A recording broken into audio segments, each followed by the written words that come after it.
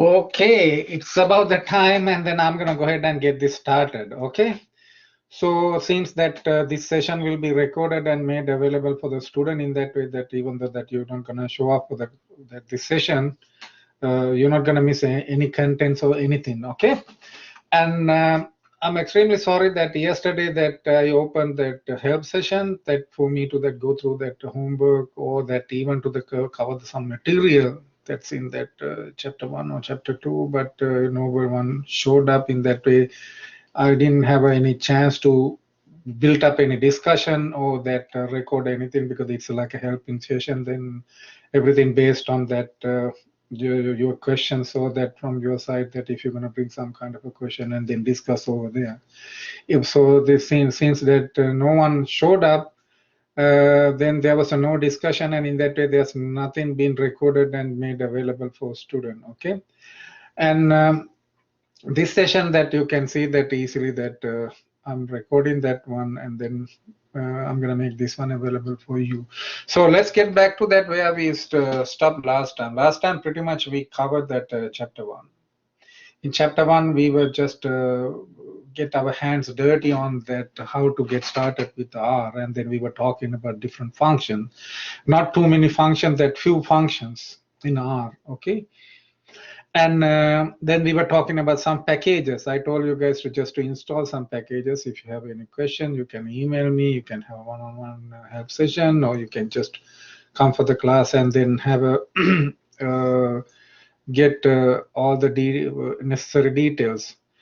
And I want to make sure that I'm going to deliver this one very clearly that when it comes to the homework, I think homework has two parts.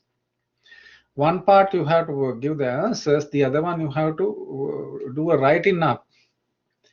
So that, like for instance, if I'm gonna go ahead and then share the other, let's open our homework, okay, and see that what you have for homework that for this weekend.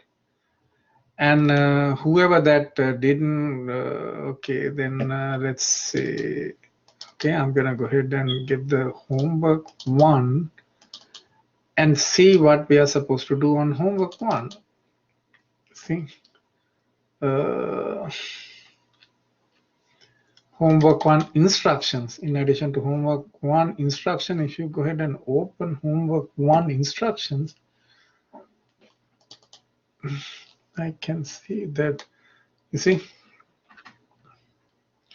you have to do some kind of a writing up too. See, word work in R, and then we have to write some kind of a, see, writing up. See, write up a report in APA style summarizing the result of your analysis from the R script, focusing on the characteristics of the sample. Your write-up should make sense to an external audience and be written as a standalone APA style report. Okay, write as if you are submitting a deliverable to your manager to be presented to non-technical stakeholders. Do not expect your reader to be familiar with the data set, so you must introduce the purpose and scope of your analysis.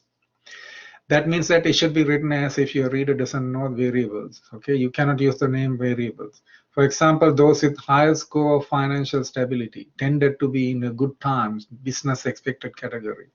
Should instead read those who believe that their family is better off not compared to a year ago also expect that national business will be better off financially in the next year, like that, in the terms of in the context of what they can understand, but not in the context of that statistical law, data analytical law, mathematical terms. Okay, but that's what they were.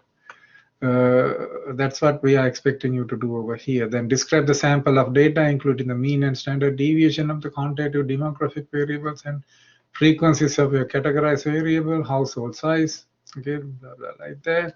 So these are the kind of like instructions being given to you guys. See, so for you to that do two parts. This one has a two parts. One is like do you do the work on that R, and the other one is that once you're done with the completed R, you have to make a report, write up report. Okay, but make sure that if you feel like that you are running out of time, Okay, anything like that.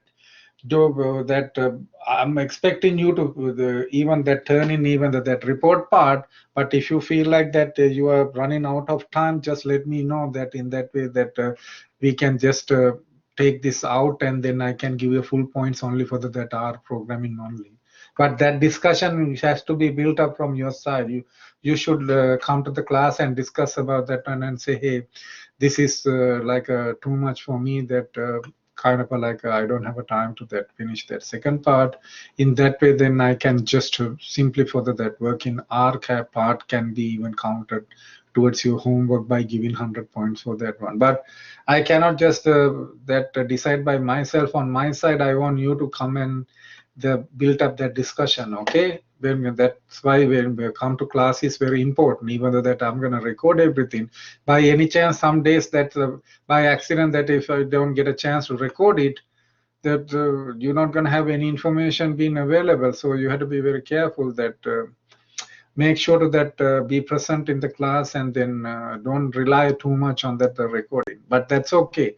Anyhow, that everything's in a good shape. That but as I mentioned over here, that if you feel like that, just let me know. But if you feel like that you don't have that much time to, as I discussed the other day, that about that discussion board, that if you feel like that you don't have that much time to that write up anything on the discussion board, so you can just don't worry about that one too much. Same way that if you really don't have that much time to write the report for this one, just let me know. That part I want to hear from you, and then in that way that I can make arrangements, and then make the only the work in our part can be counted towards the homework, and then give the 100 points. Okay, so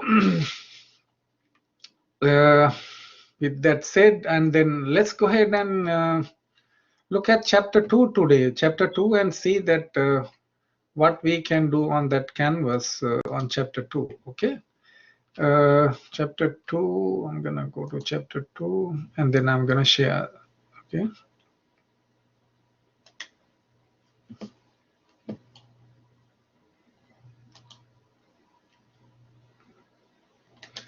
okay, I'm gonna go ahead and share there.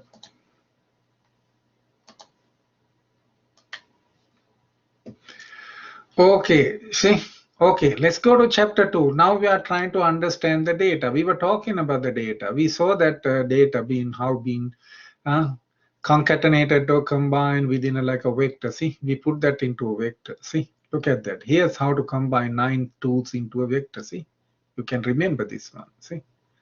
See, look at this one. The same number being repeated. See, my vector. Create a vector called my vector 2 with the numbers this one. Okay, let's create this one. See. Okay. So let's go ahead and do this one.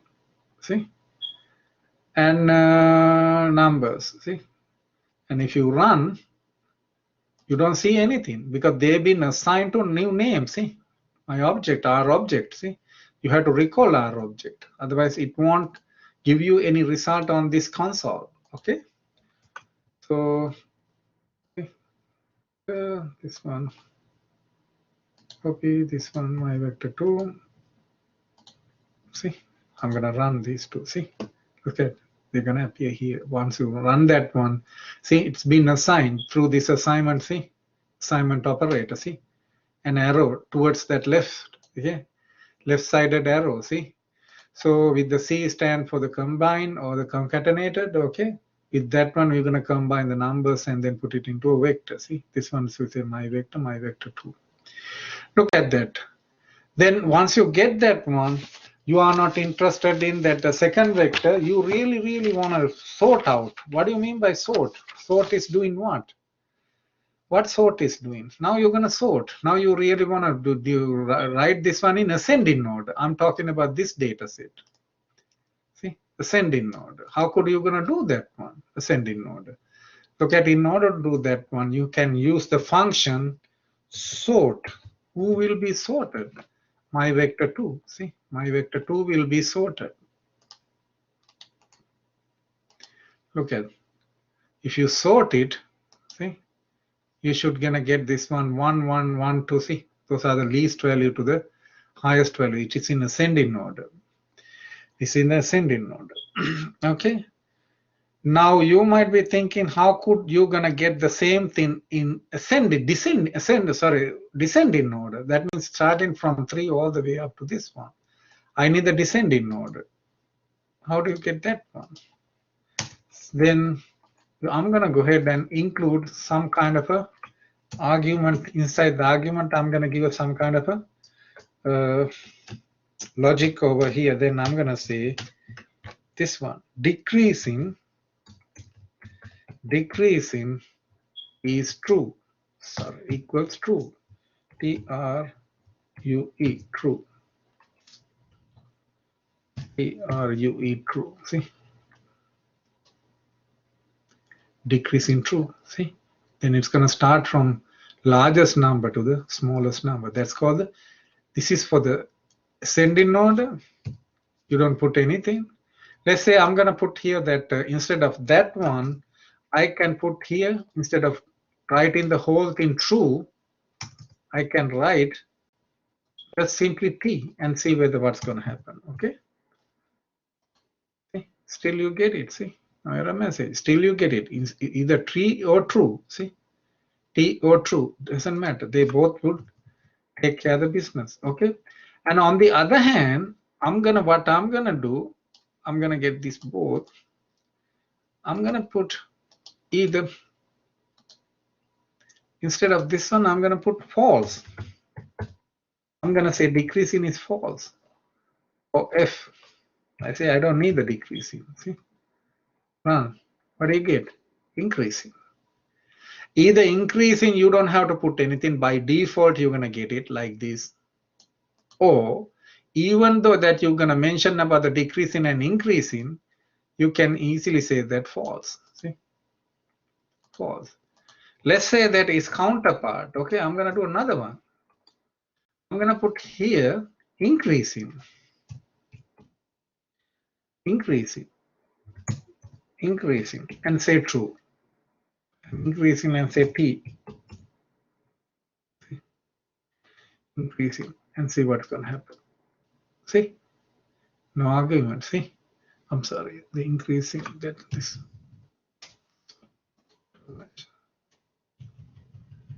Increasing, see, increasing true, increasing true. See, there's no such argument. Okay, I'm gonna take that out. Okay.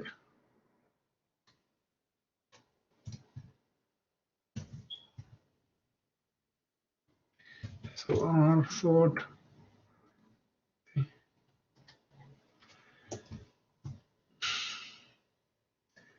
Increasing those two. Delete, see, it works. So you don't have to say increasing, it works only with the decreasing only. If you need the decreasing, you put true. If you need the decreasing, that means that you need that descending order. You're gonna just simply say decreasing equals T. Or if you need the increasing, you can go to default, or you can say decreasing is false. Okay, it doesn't work with the increasing. You cannot put the word increasing here. Okay, that's how you get this one. Now you're gonna go get into the something called the frequency table. Frequency table is a frequency distribution. Sometimes we call the frequency distribution, means like each number, how many times it has occurred. See, each number has occurred how many times. Each type has occurred how many times. One has occurred how many times? 3 times. Two has occurred 3 times. 3 also 3 times. So that's any table that shows that kind of that number and frequency called the frequency table. It is something like this, that if I'm going to show this one with the aid of, if I go over here,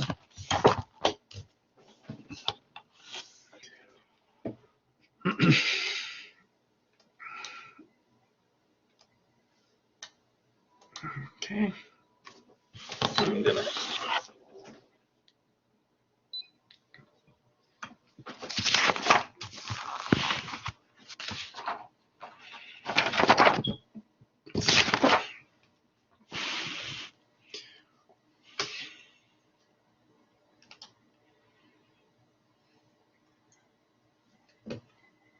okay, come on.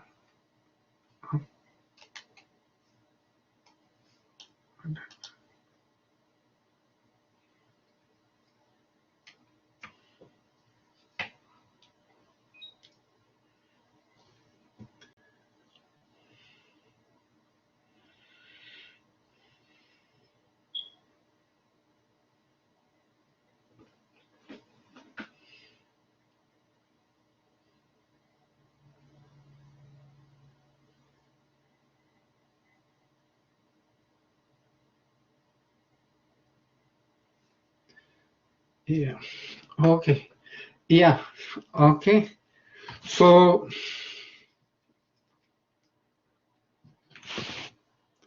I'm gonna connect this one. Okay. Since that okay. Since April and Grace are here, that okay, I'm gonna just stop because I just started on time. Okay, and good evening, and then I started on time. Okay, like a 15 minutes ago. This it has already been recorded right now. Okay. So do you guys have any question on that? Get into Canvas or textbook or anything like that, please. Not this one. I really want to connect this one. Anything before I continue this discussion?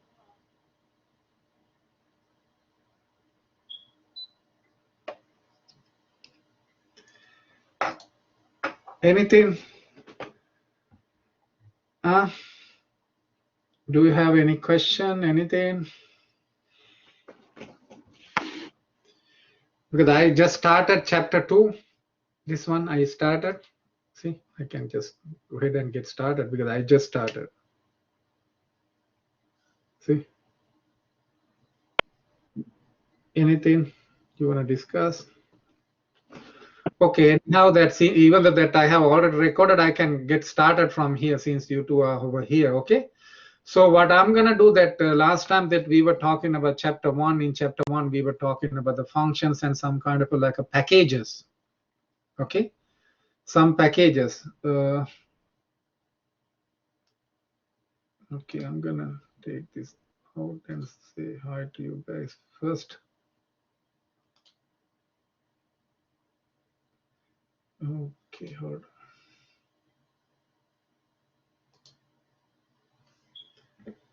Then this one, yeah, this one. Let me see that where this can be. I think.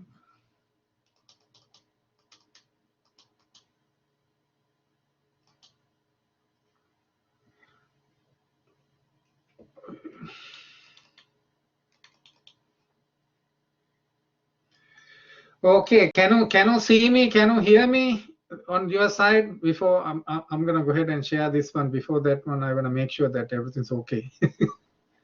Yes, we can see. I can see you. Okay, April, you okay? That did you get a chance to that install that canvas and everything? Are you in good shape? Did you? Yes, I was able to access everything. I'm sorry about that. When I read No, don't worry I about that one. I'm here because that yesterday what happened that nobody showed up. There's nothing for me to discuss. So there because I was expecting somebody to come and discuss because it's like a helping session. For this one, even if nobody's gonna show up, I decided okay, I'm gonna go ahead and record in that way. You can then listen to that one and then watch that one later on and get an idea what's going on.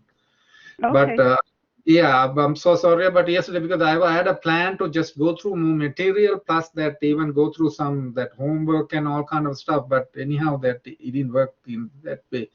But next week, that let's try to do that one at least in that way. Because I can help you out to finish your homework along with me. You can finish it.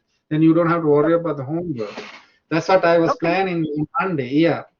So anyhow, that. Then I just started chapter 2. Do you guys have any question on chapter 1? We just started. Did you get any chance to install all the packages that I was talking about the other day? Yes, I did. Download the RStudio. I did the CRAN. I just didn't. I also saved the CSV file. I just didn't upload it yet into RStudio. I was planning to do that tonight. Oh, perfect, perfect. And then make sure that you're going to install the packages I was talking about. Can you remember all the packages that I was talking about? Yes, the Mosaic and the is it DPLR and all those other ones. Yeah, the ggplot, Yes, Mosaic, ggplot2, that all kind of stuff. Yeah, at least yes. the first 5 of them you have to install. In that way, we can easily run all these programming on R easily. So Okay. that yeah, then I just started that the chapter 2. Okay, that's a continuation of what we had been doing the last time. And then yeah, then I'm gonna continue. Okay, but anyhow, even though it's been recorded, I'm gonna go ahead and get started from the very beginning. Okay, Okay. so Thank you. so look at that. This this number. See, these are same numbers. Same numbers been. This is like a vector. Vector being given a name. This is called any name. You can call this one by any name for your convenience. You're gonna call that one my vector 1 because it is a vector. It is up to you to decide. Okay, what name I'm gonna give for this particular vector, this data frame. Later on, we're gonna get into the data frame. Before we come to the data frame, we're going to talk about just simply the data only. It's been combined or concatenated and then given like this. Okay, so I think I'm not sharing. That's why you cannot see. I'm sorry that I'm going to share this one first. You cannot see. Okay. Oh, sorry. Yeah. See, I'm talking about this one, this data set. Okay. So the two, the same number being repeated several times. 1, 2, 3, 4, 5, 6, 7, 8, 9. So that on the other hand, that if you're going to talk about the number of time it's been repeated, that's called the frequency. What's the frequency of this one would be that 1, 2, 3, 4, 5, 6, 7, 8, 9. 9 would be the frequency. 2 has a frequency of 9, like that. And it's been combined and put it into a vector, and we're going to call that vector my vector. See, my vector 1. And then on the other hand, they were telling us to create a vector called my vector 2 with these numbers. So I just put this into like a vector 2, 1, 3, 3, 3. Same thing, I copy and paste it. Then even though that without having all these, okay, I'm gonna take this out, especially that this, and then see, then what I'm gonna do, even though that I run this one without without doing anything, without recalling them, you're not gonna see anything on this side. So I'm gonna run now, then you can see. I'm referring to the last two. Last two are this my vector 1 and my vector 2 because they're going to just show that how many times we've repeated. Still they're going to carry that whatever we printed earlier. So if you go to the last two, their entries, those are for my vector 1 and my vector 2. See, now I really want to that just to sort this out. What do you mean by sort out? Means like I want to write this sequence in ascending or descending order. Let's try to get this one in ascending order. In order to get the ascending order, they are using the function sort. See, sort. Okay. I'm gonna paste this one and take something out, then you can see. See, if you sort my vector 2, I'm talking about the second one. There's no point of that sort in this one because it carry the same number. So it's going to be back and forth 2. 2 would be the same number. There's no point of doing ascending or arranging that one in ascending or descending order. So if you run this one, look at now the numbers being arranged from the least one to the highest one. 1, 1, 1, 2, 2, 2, 3, 3, 3. 1 has occurred 3 times. So do with 2 and 3. So each number has a frequency of 3. 1 has a frequency of 3, 2 has a frequency of 3, 3 has a frequency of 3. That frequency means number of times it has occurred. So this is in ascending order. Now I'm interested in getting this one in descending order. If I really need that one, what I'm going to do, I'm going to go ahead and see, put the same thing, and then I put that decreasing is true. I'm increasing. This is for the increasing. Increasing means like you're going to go from that least value to the highest value is called the ascending order. If I'm interested in descending order, I'm going to say decreasing is true, or you can put the true TRUE or just simply T, and that would give you, see, highest value to the least value. The last two entries for these two. Either you can write this way or this way. see, with the aid of decreasing. See, you're going to give that argument and say, hey, decreasing, make that one true. True means like you really need the descending order. Or if you need this one, look at what I did over here. Decreasing, I'm going to make it false. That means you are looking for the increasing. You don't have to do like that. I'm showing you another way of getting this done. By default, it's increasing. See, they're going to arrange everything. If you put the sort by default, they're gonna arrange the numbers in ascending order. But if you really need them in ascending order with the aid of this argument, you have to say false, either FALSC false or just simply F. Look at, see, the last two entries for the last two. See, ascending order, see. So there are several ways you can get this done. So that's the beauty of how powerful the programmings are. See. So that's what we were talking about. Now I was in the middle of that talking about the frequency table. Frequency table, low frequency distribution means like each number has occurred how many times. If you make a table with a list of these numbers and their frequency, that's called the frequency table. That's called the frequency table. So the frequency table is something like, see, you have here X. X would be your number. See, that's the number. That's the number. So you can say number 1, number 2, number 3. And here you can talk about the frequency. Frequency normally denoted by simple F. How many times it has occurred? 3, 3, 3. See? This table is called the frequency table. For my convenience, the frequency table, I'm going to just use the abbreviation frequency table. See? That's the table. How could you going to get that one?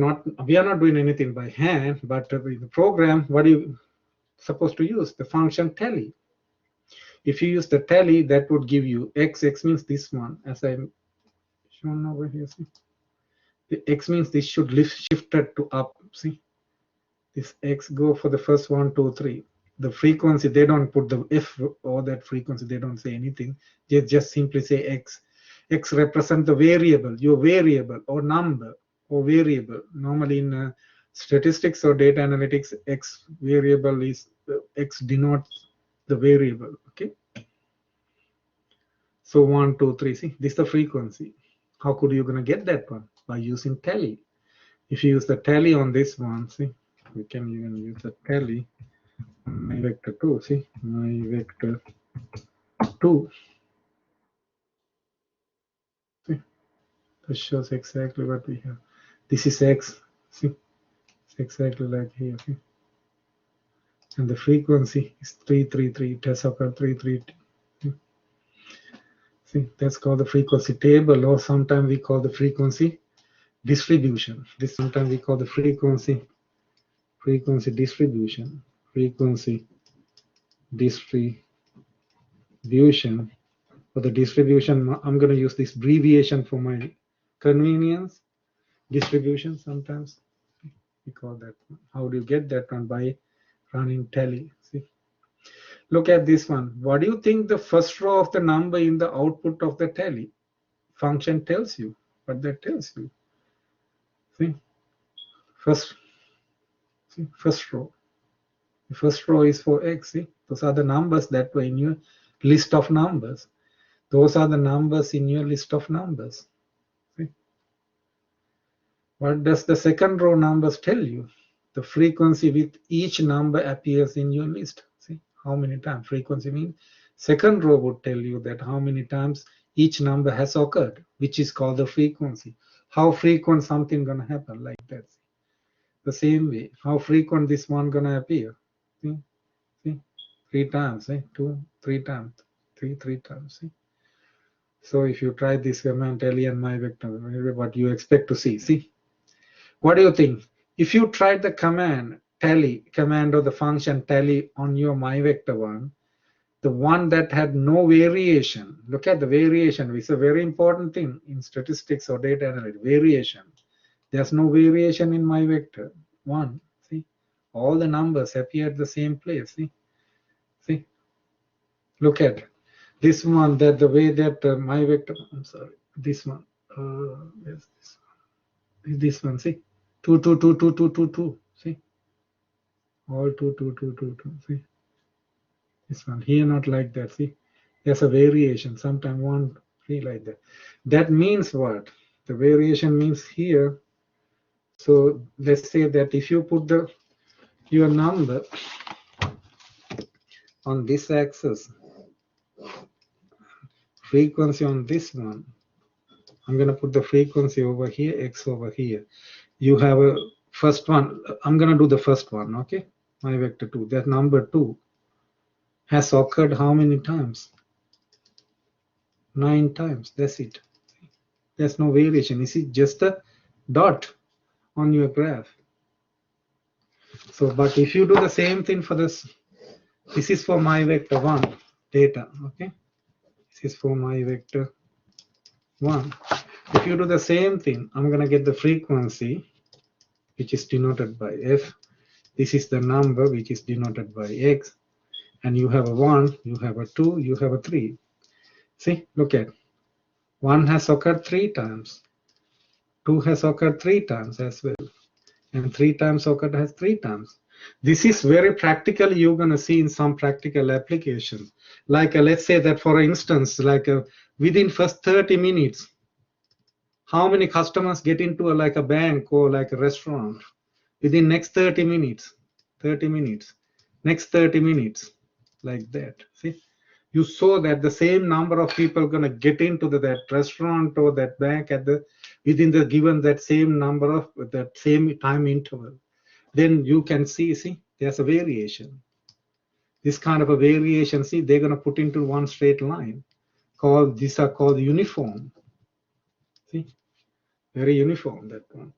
This one doesn't have that kind of any kind of a variation. This is just a dot. See, here just a variation, some kind of a variation, but it keeps the same number all the time. It's not going to change. That's why we call the uniform. See, first number has occurred 3 times, second number has occurred 3 times, third number has occurred 3 times. I was talking about this one in the context of some kind of a practical application. You can think about like within first 30 minutes, second 30 minutes, third 30 minutes, that how many customers going to get into a certain business establishment or bank or that restaurant, like that. Okay, so that's why they were talking about here. See, so that if you do that one, for sure you can see 2 has occurred 9 times. See, that's what they say. Now let's run the tally for the C function on my vector 1. See, so if you run that one, while I'm doing on this side, even on your textbook you can do on your side, and then that will help you to that get a more practice. See, this one, you can see that. See, x means that's the number appearing that the list of numbers, which is just the 2, 9 for the frequency. Okay, like that. It's a kind of like that kind of. See, now we're gonna do, see, where the data come from. See, so the data, where data come from numbers to data. See, although we can apply statistical technique to any bunch of numbers, and sometimes we do just make up numbers to analyze. More about that later. Okay, we generally want to analyze the numbers that represent something about the world. These numbers we refer to as data. See, data coming from different kind of a scenario. You know that data are the result of 2 fundamental processes in statistics. First one, data, where they come from, either from measurement or sampling. See, those are the only 2 ways you can build up the data or information. Information doesn't mean data, okay? But the numbers, like let's say that if you really want to know that average height of National University students, you don't know the average height. You want to predict something by looking at that some kind of income data brackets, that if somebody going to give their all the information, based on their information, is there any way you can use in your that data analytical knowledge, can you predict that person going to fall into which their income brackets, those kind of a thing. Okay, so anyhow, that these data that if you really want to find the average height of all you national university students, then you have to just do that, collect data, information. What are you going to do? You can just measure them. How could you going to measure them? But before you're going to measure that one, you have to make sure you pick a sample. You cannot access that. Let's say that we have like a 30,000 student on campus. There's no way that you can access all 30,000 students. There's no such thing. That's why statistics come into the playing heavy role. That when you have a huge data set, data means that you are working with the sample, okay, not the population. Population means like all that collection of all that subjects to that subjects or component whose measurements are observed or measured. Okay, that's a collection of everybody. But we're not going to get into that in that context, that we're not going to get into all that student on campus. We're going to decide that we're going to go ahead and pick a certain sample, means like a subset from the population, like how large that sample should be.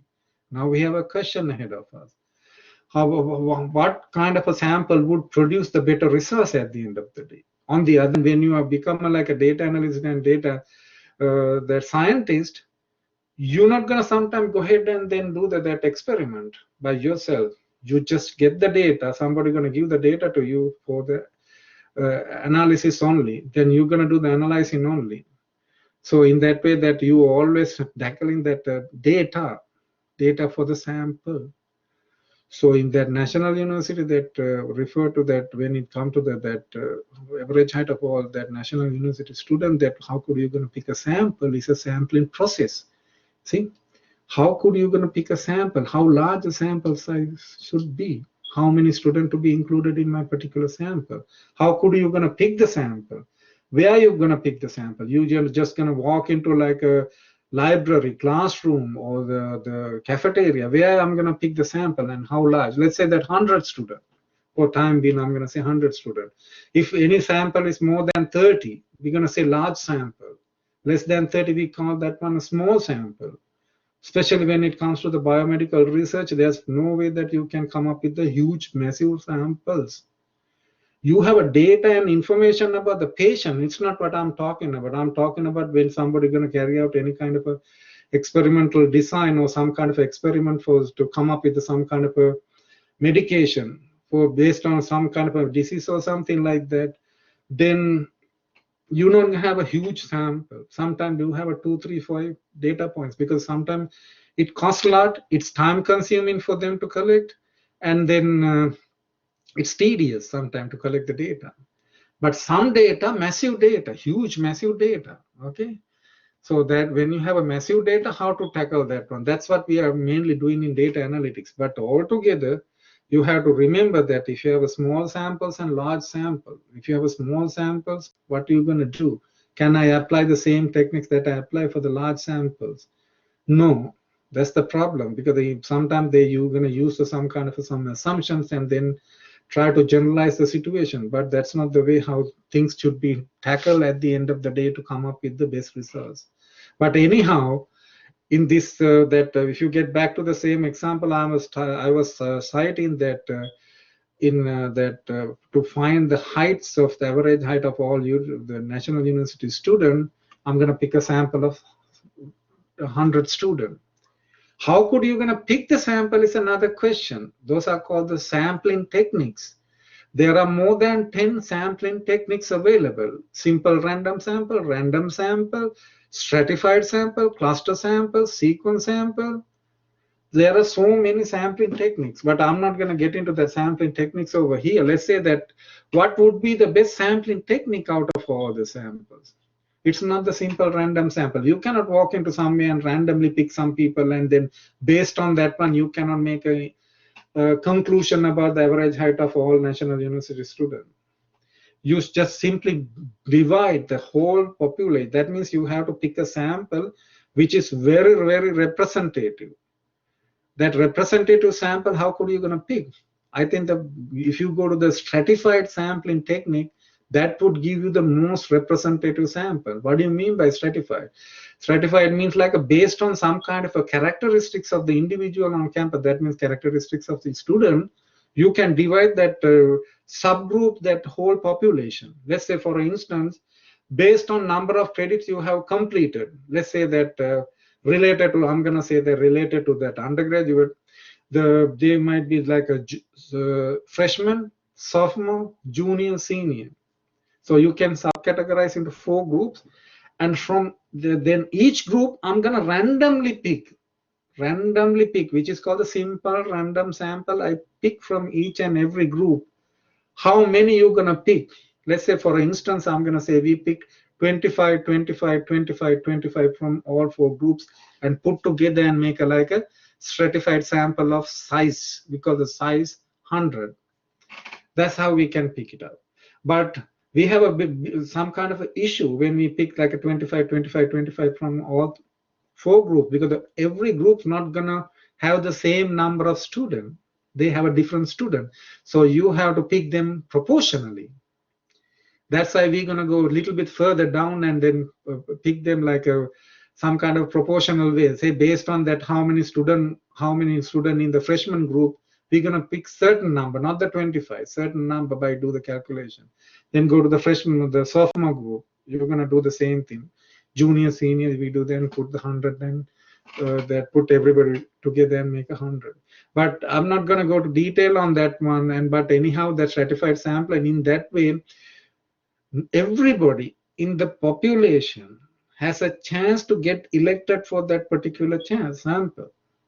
In that way, nobody will be neglected, sidelined, or that discarded. Everybody has an equal chance and opportunity to be elected. It's a key part in when it comes to the sampling. That's why we call the representative sample. So that's the way that we're gonna pick that sample of 100 students. We're gonna measure the heights and then add all the heights and then divided by 100, and that comes with the sample average. That sample average we're gonna utilize in order to make the generalize about all UTC students. That's the procedure that we are doing in statistics. But we have another issue ahead of us. With one sample, can we make a conclusion? No, that's the serious issue. Then how many samples do we have to pick? We have to pick so many samples. That means that we're gonna go ahead and pick another sample of same size, 100 students. How could we gonna do that one? Now we have another question. How could we gonna do that one? Whoever that we selected for the first sample, do we gonna put them back into the population, or just we don't do that one? If you put them back, we call the with replacement. If you don't put them back, we call the without replacement. If you have a huge sample like 11,000, 20,000 people, and if you pick 100 students and if you're not gonna put it back, it's not gonna hurt that much. But if you are picking some student from a small population, let's say from the classroom, with the 30 students, you pick like a 5 student sample of 5 students, and you're not going to put them 5 back again. Then eventually, after 6 times, you are all the population's gone.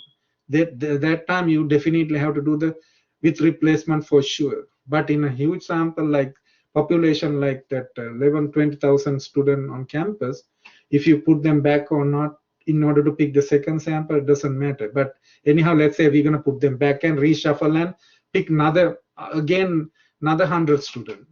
Sometimes the same student that who were included in the previous sample gonna be included this time. Doesn't matter. Then you pick another sample. Then you're gonna calculate measure their heights and then average, take it, second average, and keep doing that one. But physically or experimentally, we don't do that one. That's what we call the simulation. We simulate those data. But when it's come to your analysis, at the end of the day, you don't have that many sample data sets. You have only one set. Remember that one. You do everything based on one set, but theoretically you have so many samples already. Okay, but you work with one sample. You make the conclusion based on your sample only. But the theory has been built up in such a way that one sample is not enough. That's why down the road you're gonna see when we do some stuff that how this gonna be. Okay. Anyhow, that's how that kind of like a rough idea that how to this is what I was talking about. If I draw something over here for you to get a clear idea, they say that you have a big population here. See, here you have a population, okay? Population. This means collection of, I'm gonna write this abbreviation for population. It's a collection of all the entities, components, or subjects, or anybody whose characteristics being studied. And from that, I'm gonna pick a sample, small sample, see? It's called the sampling, see? Sampling. Let's say that I really need the average height of all NU students. But I'm going to pick a sample. I'm going to take the sample average. See, sample average. Sample. See, this is a sample of 100 students. See, and with that average, you're going to go back to this one. This is called sampling. Go back and call the inference. You're going to make an inference about. Inference means you're going to make a conclusion about the average height of all UTCs and new students. See? This is the part that we are doing in data. Here you are here. This is the place you are tackling data analytics. See, data analytics and data science means you have a data being given to you, massive data, huge data, doesn't matter. You are using different techniques, data mining, machine learning, different kind of like operating systems. You really need to have like those kind of pretty much all kind of knowledge in order to at the end of the day become like a very elegant and elite the data scientist. See, you really want to, but machine learning and the deep learning, those things even been incorporated at the end of the day. And stochastic processes that with the sample data points, this when the time component has been incorporated, like we don't say that in our data, we never mention about that data gonna change over time. It is only in time series, like in stock market that over time the data gonna change. But except for that one, if you talk about like a height, we just simply say that I have a data set of height only, but you never mention about how the height's going to change over time. Let's say that newly born babies, the height's going to change over time. Those kind of data we tackle very carefully, because those should be tackled with stochastic processes incorporated with the data analytics with the support of machine learning. So that kind of things were involved, but we go that piece by piece. So in the beginning we say that whatever measurements that we take, it has been taken at a given point in the time. That's it. Those are called the cross-sectional data, not the time series data. They're not going to change over time. Let's say the height, income. Income means income only. That the data set in the first homework, you saw that whatever that let's say number of that children, they have been taken at a given time only. They were not talking about like within a certain period of time how their number of children going to change or anything. They don't talk about that. With time factor not being incorporated. So that's why most of the data we handling over here, those are called cross-sectional data. So this is the part you are tackling. Then altogether we call statistics, the machinery or the everything being tackled by computer programming, whole picture. This part statistics, this is data analytics, put together that tackled by that machine learning, all kind of a computer programming settings and all kind of things, okay? So that's why they were talking about here that through the measurement and sampling, we get the data. That's the data that I'm talking about, okay? So now that when you have a data comes in a like a that as we have in a data comes not like with the numbers. They come along with some variables. They are characteristics. See? These are the characteristics of the individual. I was talking about earlier the height only. Now they want to include that all the characteristics, some characteristics. That in this particular example, excuse me, see. Let's look at this example. See, we have data come. He choose a sample of cases and what measure we have applied. I want to straight go to the here that they were talking about some kind of a data. See, data frame. See, let's go to the example. We have the examples. Okay, place it into category. No two people are alike. We can take attributes. Say attribute means that those are the characteristics of the people. Their height, measurement, those are called the variables. See, attributes or variables. See, that's the same thing. They're not going to be the same from person to person. So that's why we call variables. See, sometimes the exact same height may be different from each of other in every other way. See, like that, but still they are variables. See, sometimes the objects we study, see, they are called the cases, or we call the research unit. See, or we can call the experimental units, cases, subjects, or objects, subjects. In the biomedical research, we call the subjects for the people. See, so, or the electrical, electronics, mechanical, chemical components, anything whose characteristics being studied. Those are the elements. Okay, we choose a sample of cases, and what measure we apply to that sample is addition. Okay, I'm gonna go through this example. See, in this example, look at that.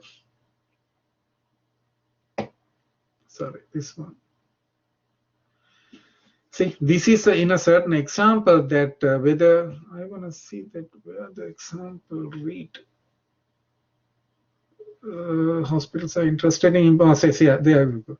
Hospitals are interested in improving health and treating sick people. No, that's not the one.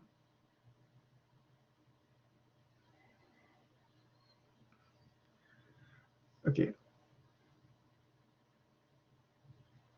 This, it's related to this one. There's a certain example that these are for the housekeepers.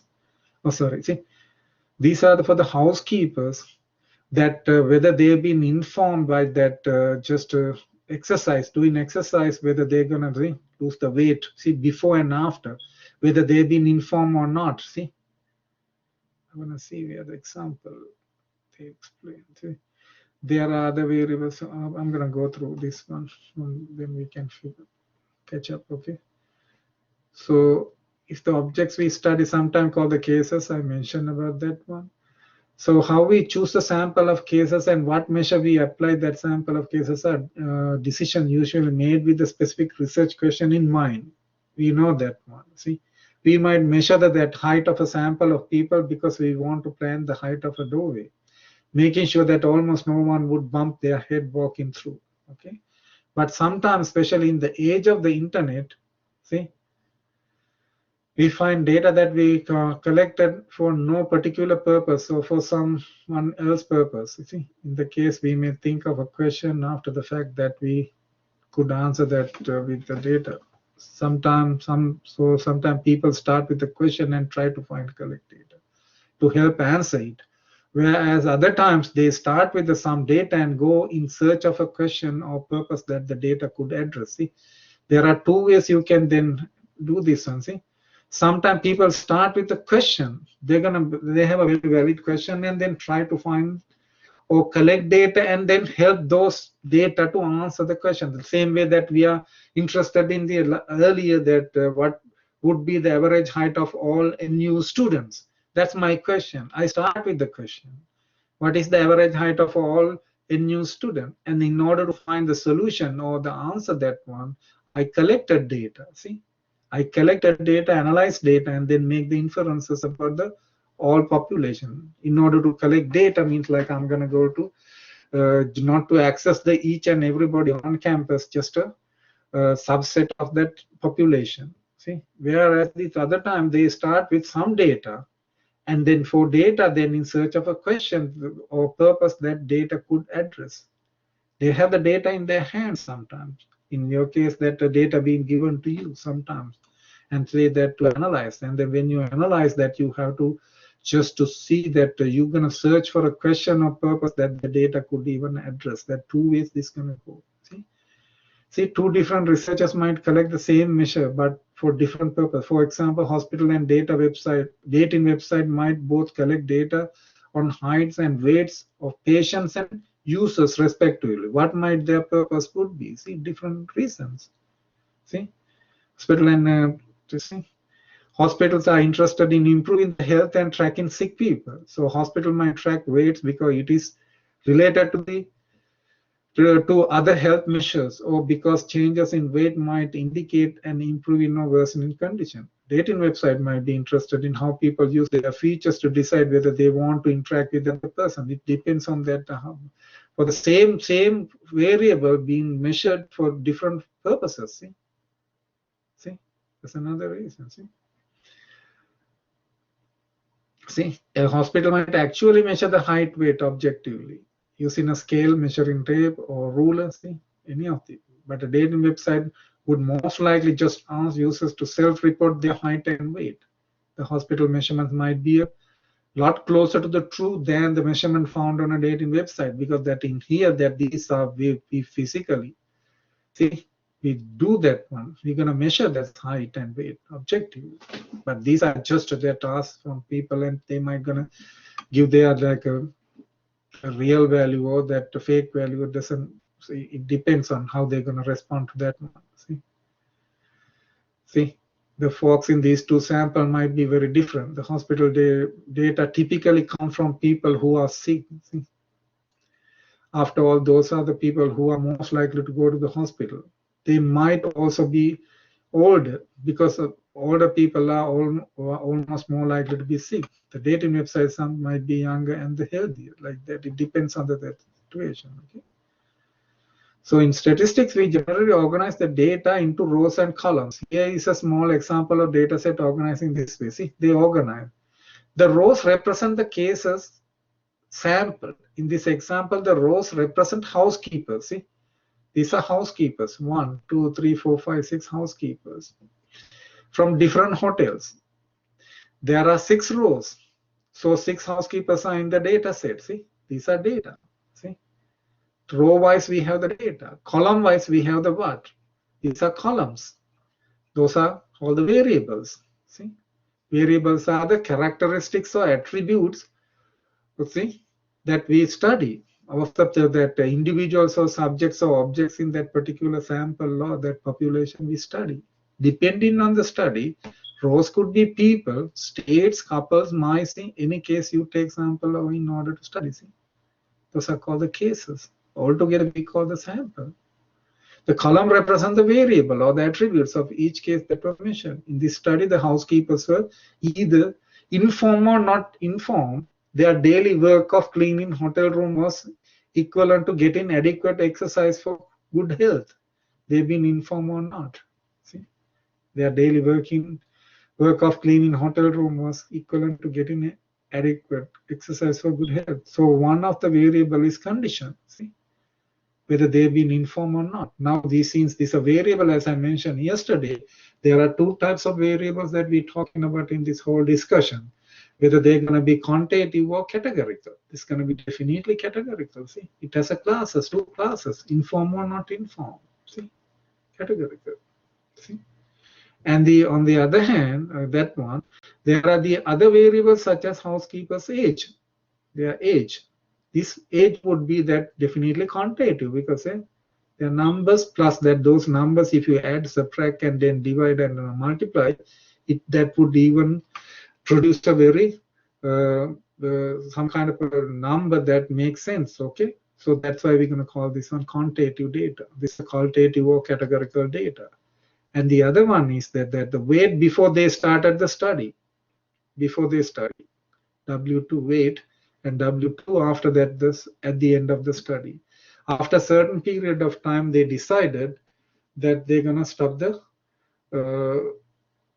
study. Some studies based on the time, some studies based on the how many individuals gonna survive. They based on which, especially that when it's come to that some kind of a treatment or medication. If you're looking for some kind of medication, they're going to include a certain kind of a sample. In the very beginning, we have a certain number. At the end of the day, some people, they're going to leave that survey. They don't want to be a part of that one. Some people are going to expire.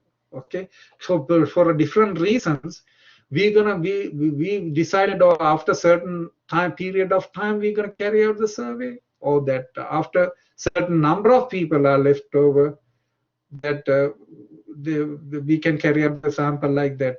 Based on that, how we're going to carry out that particular sample. In here, that they decided that they're going to do this one within a certain period of time, within that, before they started that one weight and after the weight. See this one. So this, if you go to this data, not only the numbers, it's come with like a combination of numbers and the variables. And on the other hand, you have all the individuals on this side. Those are called the data frame. Now it's the data frame. In this particular data frame, what are the variables? The condition is a variable. We know that. Weight, 2, variable. 45, it's just a value. Housekeeper, neither. Housekeeper is like an individual, or that you can say the case. Case 1, case 2, case 3, case 4, case 5, case 6. Or the subject, subject 1, subject 2, subject 3, 4, 5, 6. Combo, if it's like that. Person 1, person 2, 3, 4, 5, 6, like that. See? Uninformed. It's a value. See? There's no value for that one. You can even, if you want that, you can convert this into numerical values. We can talk about that later on. But 135.8 would be, again, something like this. See? If you go ahead and look at this whole thing, this first one, we call the observation. Observation for the first subject. Observation of the first subject is what? Uninformed. His age would be 35. The weight before the study is on 36. After this, at the end of the study, it has become 135.8. That's called the observation of the first subject. Observation of, if you're interested in the observation of the sixth subject or the sixth housekeeper, it's going to be informed, 39, 189, 183.2. Those are the numbers and that information related to the given variable for the sixth housekeeper or the sixth subject. See, this snippet data, there are 6 ages listed: 35, 45, 52, 29, 38. Does this mean there are 6 variables for age? No. There are no 6 variables. There are 6 entries. See? Look at this one. These are the ages. These are the ages. Sorry, these are the ages for the individuals. See, we don't have a thing. 6 variable. No. We don't have a variable. Variables are the one, they are attributes. Attribute of this individual is age. Attribute is whether they be informed or not, the condition, the weight before they started this survey. After they started survey, they're going to measure the weight. That's W2T. Those are variable. They're going to vary from person to person. That's why it's called a variable. See? It's going to vary from person to person. But if you're going to explain this one to your client at the end of the day, if you're going to give a report, make a report and give it back to your manager, in that way he's going to explain that one to the client. They don't understand what the variables are. You have to explain everything in context of this one. You don't call them the variable. They don't know. They don't call the frequency. No. You're going to write everything in a plain English and explain everything in that way. The layman means like a non-specialist. All the clients are non-specialists. That's why they're going to give you the job for your company or your firm to analyze data. You cannot explain to them in that heavy statistical, mathematical, machine learning words. You have to explain them in such a way that they can comprehend, digest, and then understand. In that way, they're going to give more businesses to your firm at the end of the day. That's kind of a training you really need at the end of the day. That's why it's like whatever the knowledge that you carry from this hand, when you're going to deliver to the other side, you have to make sure that you do very carefully communicate. So that kind of a skills you have to build up to when you become a data scientist and then data analyst. It's very important. See, those are the same thing they were talking about, the data frame, as I mentioned earlier. Those are combining with the variables and the numbers. But the vector means like you have just the numbers or the labels only. But here just the combination of the variables along with their values plus the individuals. The same thing that you saw that other side called the data frame. Look at the data we look at one previous page was selected from a data frame called, see, the name of the data frame is Mindset Matters. The full data frame is from a study that investigate health of 75 female housekeepers from different hotels. You can read more about how this data were collected and organized here. See, Mind Matters R documentation will carry all these. So this is the, see, type the name of the data frame, Mindset Matters, and then run. See what's going to happen here. That's the name of the data frame.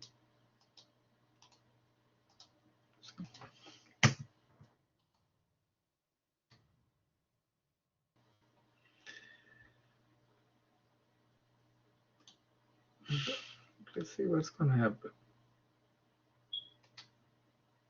Look at this. See, you're going to scroll up and down and you have to see. See, look at what happened. It's going to show. See, they say that investigated the health of 75 female housekeepers. See, that's the sample size. 75. They're not going to go to all the female housekeepers. They don't have to go to. Let's say that this all the hotels in USA. That's another key over here. So you have to be careful. What are you going to call the population? What are you going to call the sample? Sometimes your sample becomes the population. Let's say, for instance, that we have a classroom of 30 students. That's my population. That's not a sample. That's not a sample at all. From that particular population, I can pick a sample of 5 students, 2 students, 3 students, like that. Okay, it depends on what you call the population. So here in this case, that when we're talking about the 75 female housekeepers from different hotels, where? Different hotels in one state or one city or one county, it's not clear. That's why you have to be careful that when you're going to generalize, at the end of the day, come to like a generalize is another. When we say that that I mentioned about earlier, all national university students. So now I restricted my discussion only to the national university student only. That's what my interest, that I really interested in knowing that, predicting that, what the average height of all national university students. For that purpose, I considered that all national university students who are enrolled on campus for the programs, different programs and different studies, others to that collection of all the students would be my population. I don't want to go to another university and then mix them up. When you go to another university, you are going nesting. Those are called the nested design. It's a very serious setting.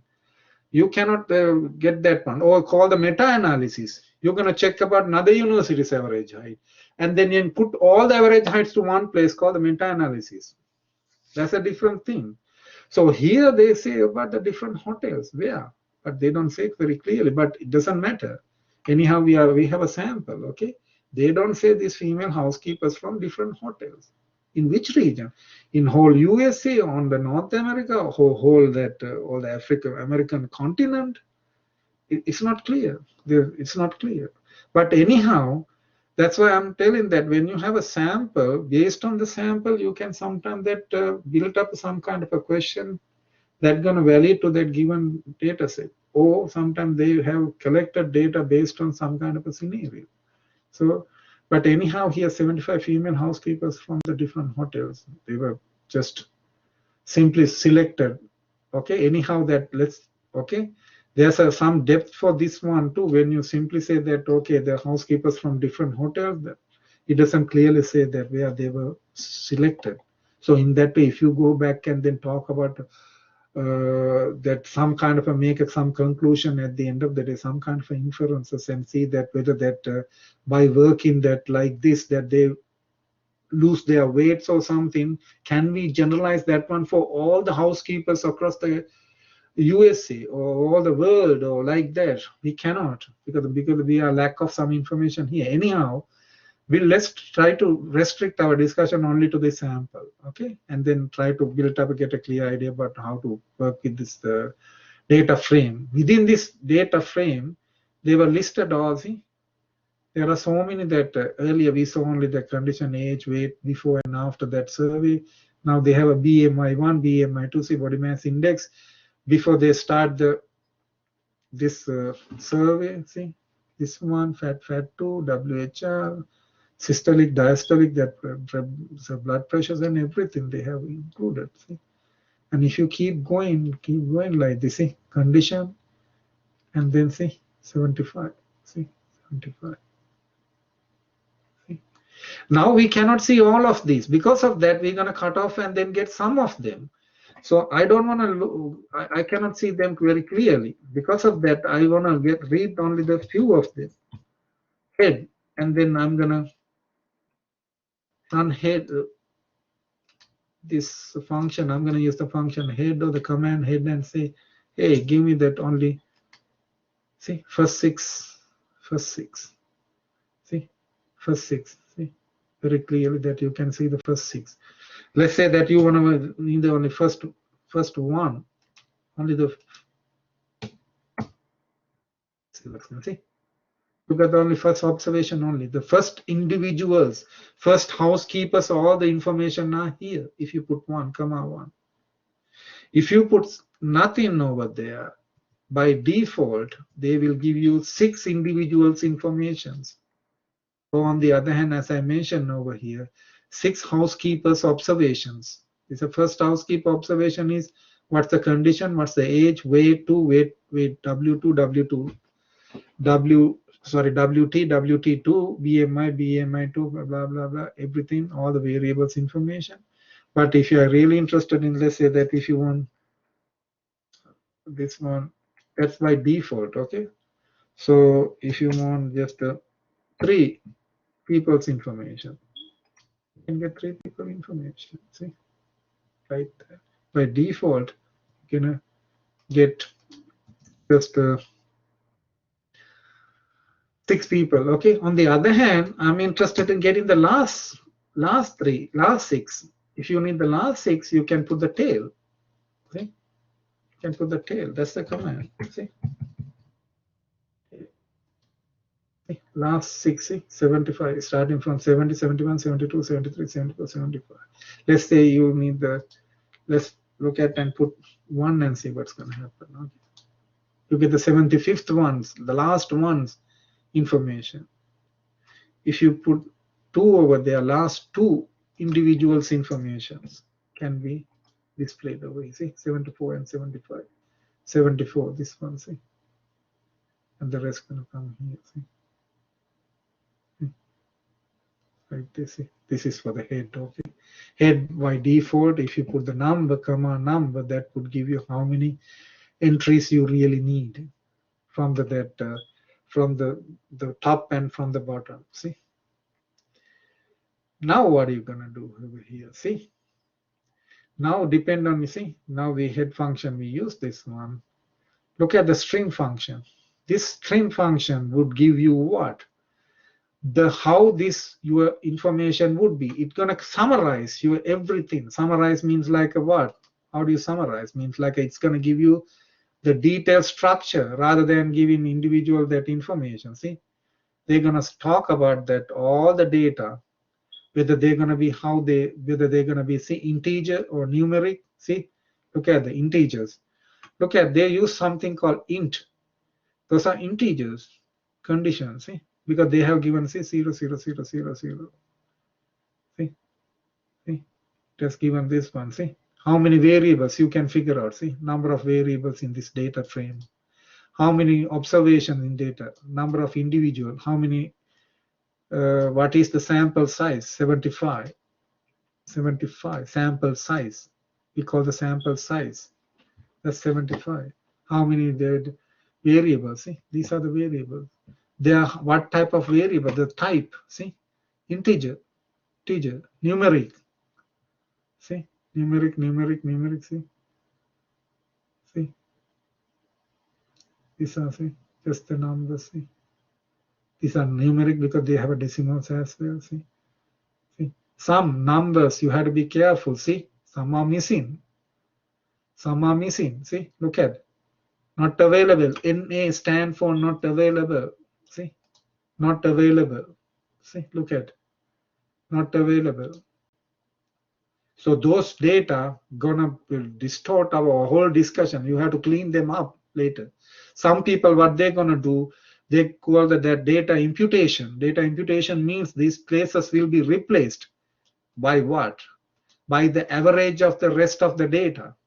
Whatever the numbers you have, you're gonna average it and then replace NA with the average value. the average value would be a very reasonable value for you to replace NA, or you completely take out the not available data, but that's going to affect to that your data set at the end of some time. It depends on how large your data or what kind of a data you're going to dealing with, or what kind of a variable. If it is a very sensitive variable, there's no way that sometimes you cannot take off the way your data out.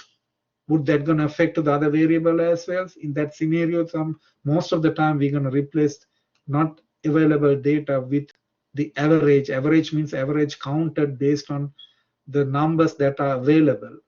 That would replace this NA values. Okay, so we can see that how they can be by writing this string of this data set, data frame, name of the data frame.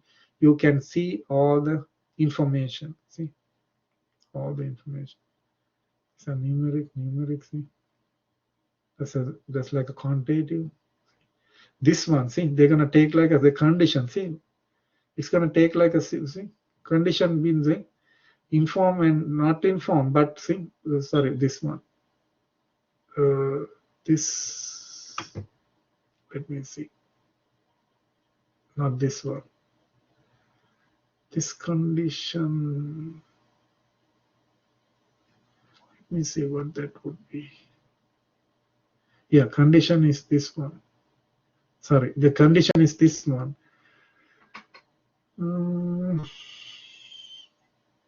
This condition, yeah, that's the same condition. Okay, what they have done was that condition has been that converted into numeric. See code. Yeah, looks like they have converted this to a numeric code. Let's count that how many variables gonna be here. 1, 2, 3, 4, 5, 6, 7, 8, 9, 10, 11, 12, 13, 14, 15.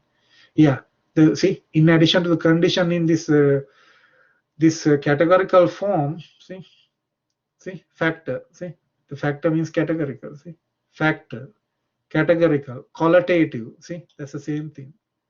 See, factor with the two levels, informed and uninformed. See this one. Let's see the COND.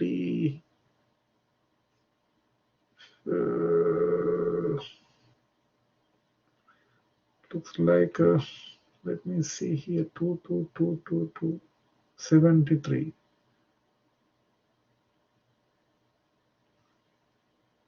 Where this value come from?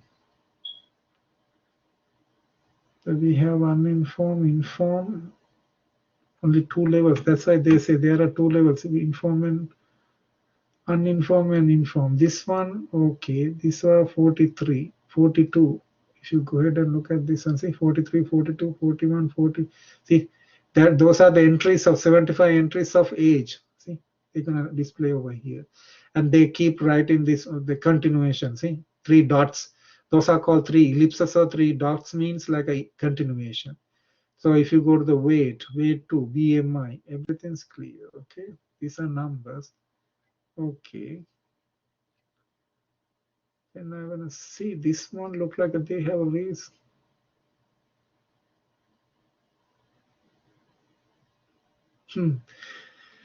Yeah, this one has been, see, this one has been right. They have labeled that one. See, inform and uninformed look like they have been labeled because you see they don't show that inform and uninformed like that.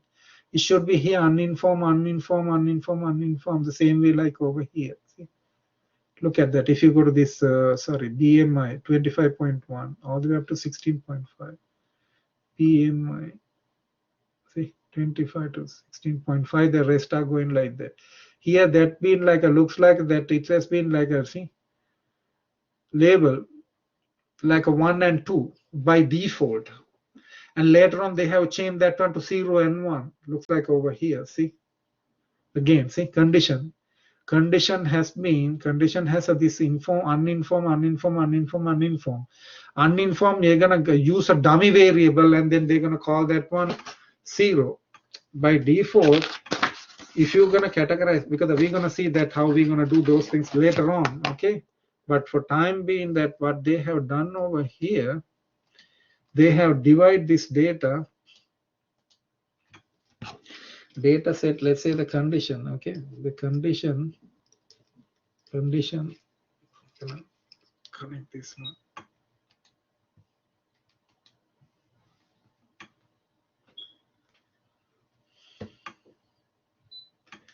So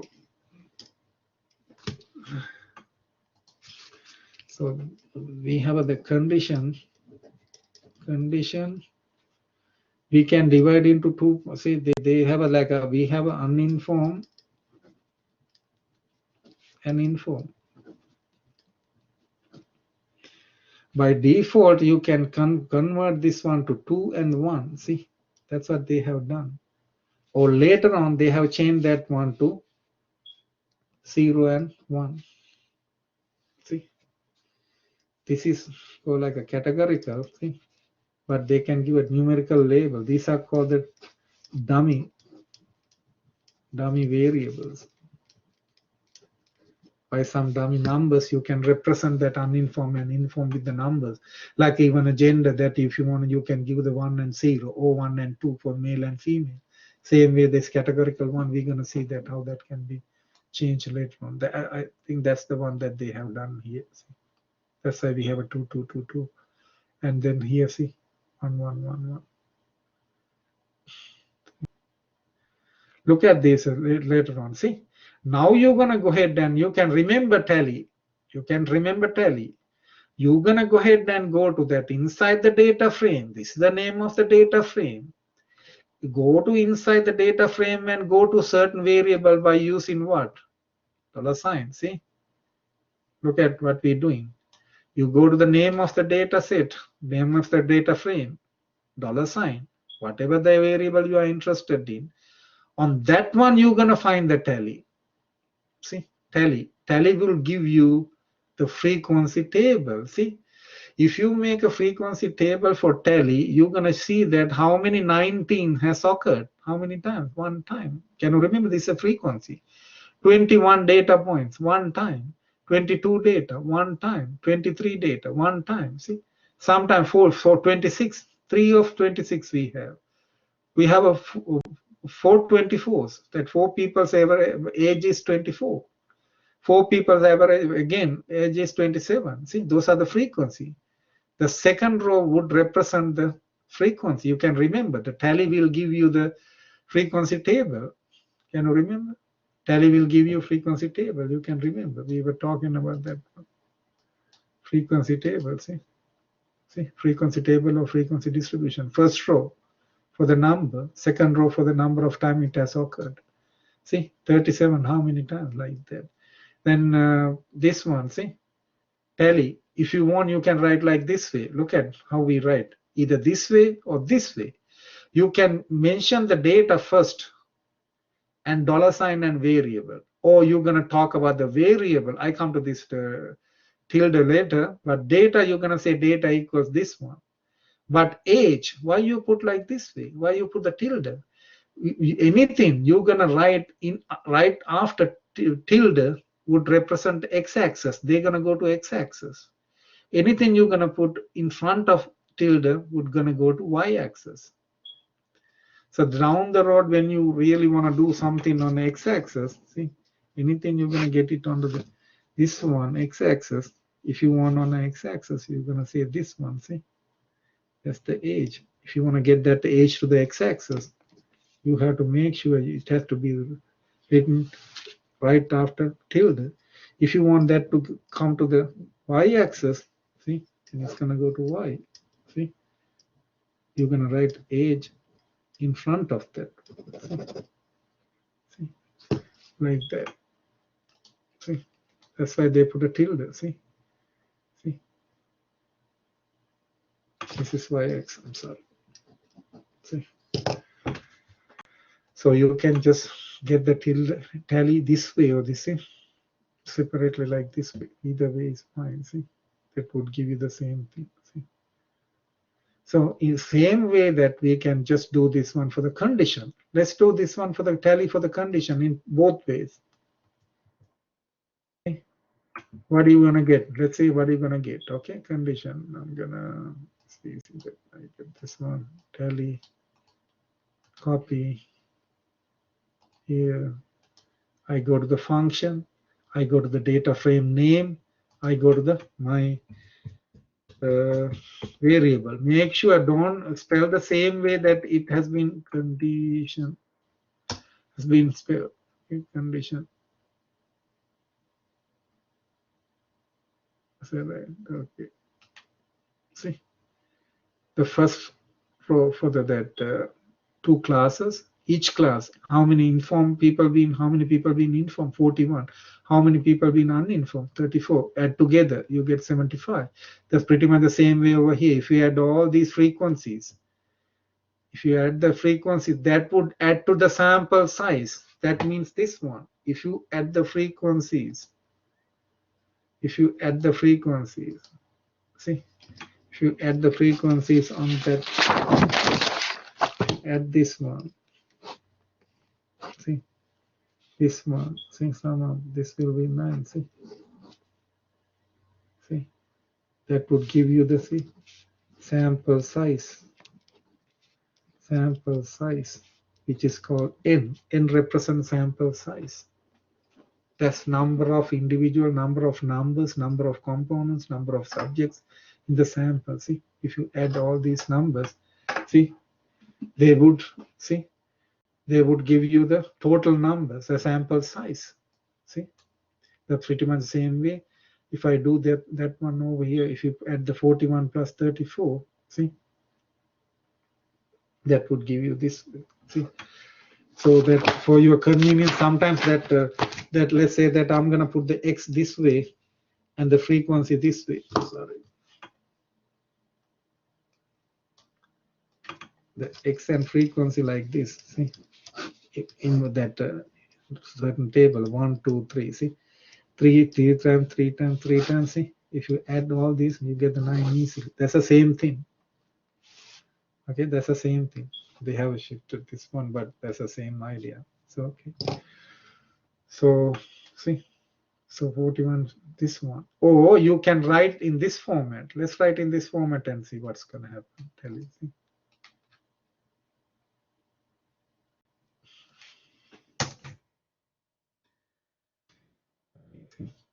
Condition and comma data mindset matter. See, still get the same thing. See, now they're gonna say, see, condition, see, condition, inform, uninformed. See, look at the condition. They give the word now, rather than just simply call x. Here, x means condition. Okay, you know, x means condition here. In here, x means condition. They don't say condition. If you put just use this function, if you set up like this way, if you specifically say condition, then that would give you like that. Let's look at and see what's going to happen. If you put the tilde here, let's see what's going to happen. We can just check and see. That wouldn't work. It works only with the, see, if you write that one in the x-axis, see, if you take that one as x, that's why they call that one x. See, that's the reason. See? See? If you put the condition, they will take the condition instead of x. See, okay, okay, you can see that one very clearly. So look at this here. You can remember we used sort. We used sort earlier. You can remember we use sort for what? In order to, we use the sort for do what? To make a ascending or descending order. That's why they say that we might want to sort the whole data frame by age, but we cannot use the sort like the way that we use that one for vectors. It works only with the vectors. Sort works with the vectors. We did this one. We sorted out. Sort out means like we arrange the whatever the numbers in the vector in ascending or descending order. You can remember sort. You put the give that name of the function. Sorry, name of that data frame, comma, decrease in or increase. Sorry, decrease in true or false based on that one. You got the ascending or descending order. but that cannot be used here. You have to use what? Arrange. See, the arrange function works similarly to sort, except now you have to specify both the name of the data frame and the name of the variable. Last time you don't have to give it like a name of the variable or data frame both, only one of them. Now you have to say the both. See. So the arrange function, see, if you use this one, see, and importantly, when you can sort one of the variable, the order of the rows, this one housekeeper will change for every variable. You have to be very careful. See? It's going to change for every variable. Let's say that we're going to run this one, arrange has been done for whom, see? Okay, I think I can do here, see, okay, it's already there. We'll run this one, see, arrange, that's the name of the data frame, comma, which variable you're going to arrange this data set with respect to what? By age. Okay, then you arrange, what do you get? And then from that one, you can just get the first what? First 6. How do you get the first 6? If I'm going to go ahead and put the head for this whole thing, or you can save that one to something and get the head. It tells you, it will give you that first 6. Sorry, we are missing something. Yeah, one missing. First 6. Now what happened? See, age gonna go from, see, age. See, look at the 19, 21, 22, 23, 24, 24. See, 24 like that for the first 4. See the send in order. Now what happened? See, 123. These numbers, do they change? See, wait, 123, 156, 127. See, they're not gonna change. They're only this one. See,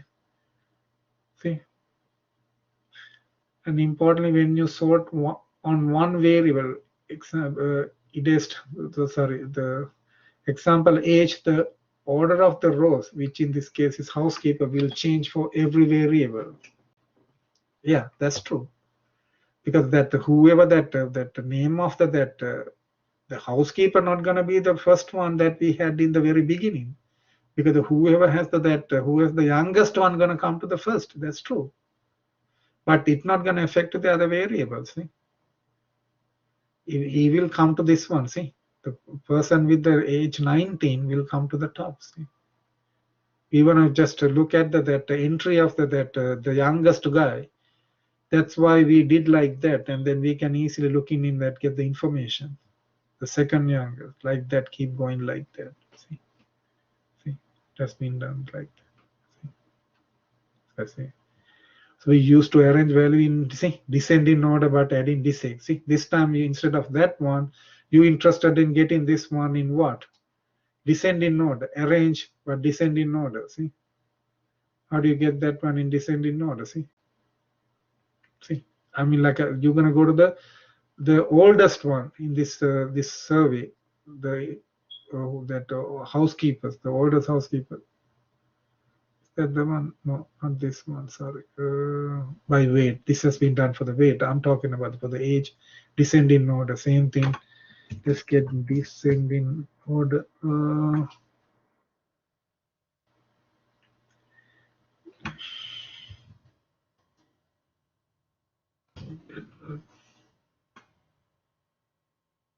ahead.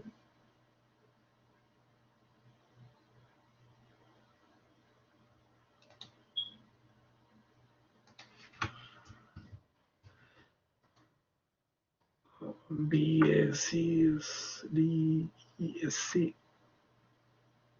See, for the age, we have to put the age.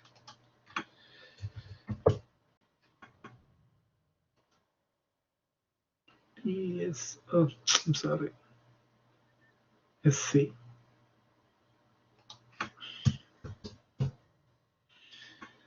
This one.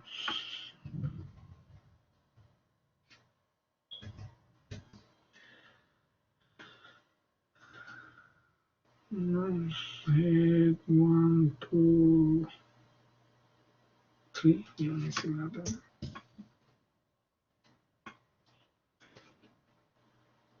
So the say oldest one, see 65.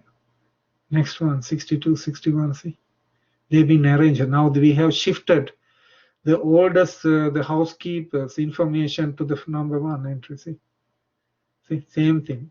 I use this one, arrange everything. Instead of put the age, I'm going to put the descent, and at the same time I'm going to get the first 6. Okay, so I'm doing everything in the same place. See, descending of this age has been arranged in descending order. If you are using the sort, you don't use the DESC, you using what? Decreasing, whether it's decreasing true or false, you can remember. Okay, you can just if you cannot remember that, you can go back and then watch this video, and then just go through the book, and then you can get a clear idea what we did. See, now that entry has been this information not going to mix up. Okay, every information of the oldest that this guy will be shifted to first one. In that way, they're not going to change. Okay, you cannot mix them up. See, 65, 187, like that. See? So they want us to do the same thing for the arrange mindset matter, arrange by age back to mindset matters, write the code to print out the first 6 rows of this one. We did that one, sorry. And then this one, weight in descending order. See, now weight in descending order. See, so, and then they say that do this one and then assign to over here, put it back to that one. See, try arranging mindset matters by weight in descending order. Save this to mindset matters back, print a few rows of the mindset matters back to check out what happened. Okay, see, I'm gonna give that back to that guy. See, I had this for data frame. Then I'm gonna do this one with the weight, WT, and put it back to this one. Okay, nothing's gonna happen. You know that it has been assigned to this one. I have to recall this one. So I'm gonna go ahead and then this one and see what you get. I don't need any of these. Let's say that get the first few rows. First few rows, see? First few rows. Let's say that I'm going to get the head. With the head, I'm going to go to just only two people's information. Okay? See? Look at that. 2 people information. See? See? Go to the highest weight. See? Now it's decreasing. See? It's 196, 196. See, if you put it back, see, you can see, and then run that one again. It's going to appear in this data set. That this is the revised data set now. If you go ahead and then mindset matters, if you run that one, you're going to have that the data set with that highest WT as the first entry. See, person with that highest weight would be as a first entry. See, now the mindset matters. Now original data set, original data frame has been revised in such a way that the person with the highest one going to come to the first, and then in that descending order, everything has been arranged accordingly. See, that's the idea. Look at these are the measurements. This is the measurement is the process turning variation in the world into data too. As we mentioned, you can measure, you can sampling. So see, now you can look at into this data set. See, look at this data set now. From this data set and see. Look at in this data some measurements. So let's get that first few.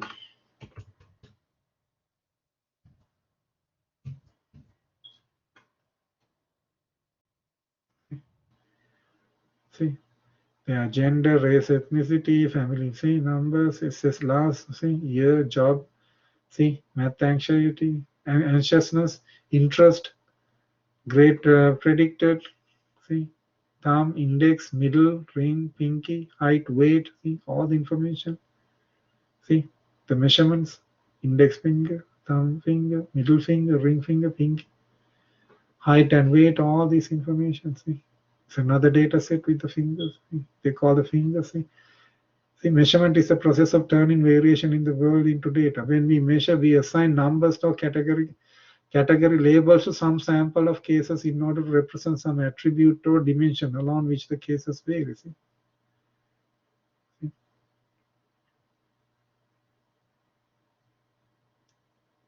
Some numbers has been given for math and chess.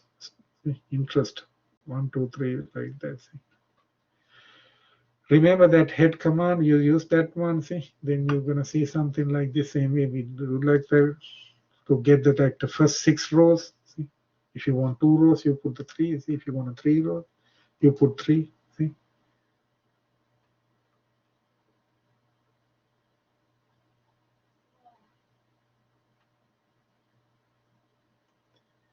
takes a while. I think first 3, very clear. See,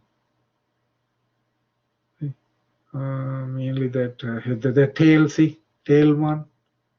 See, we mentioned about that one, tail one. Okay, the last. See, if you go ahead and put this one for the tail and put last 6 would be given of that particular data set. Data frame, see, last 6. Altogether there are, see, you can see that how many in this one, see, 157. That's the last one, see, 157. That's a sample size. Or you can put the string, see, string of these fingers, give you how many variables and how many, all the information. See, that the data frame has 157 observations, 16 variables. See, gender, see, they have changed the, see, 2, 2, 2, 2, 2. As I said, that they don't say male or female. The new number has been assigned. See, so like that.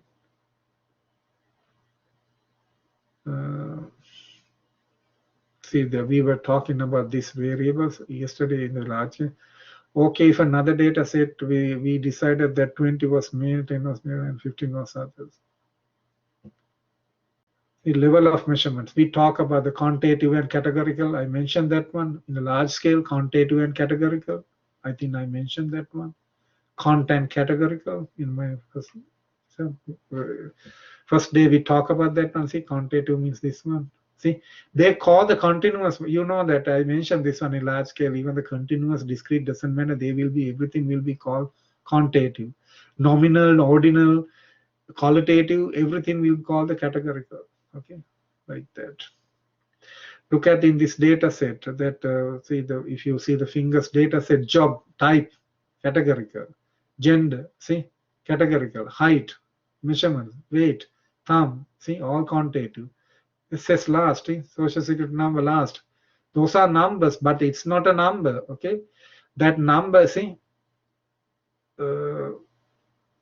last number. See, look at here. What happened here? Look at this one. What's up with this one? Look at here.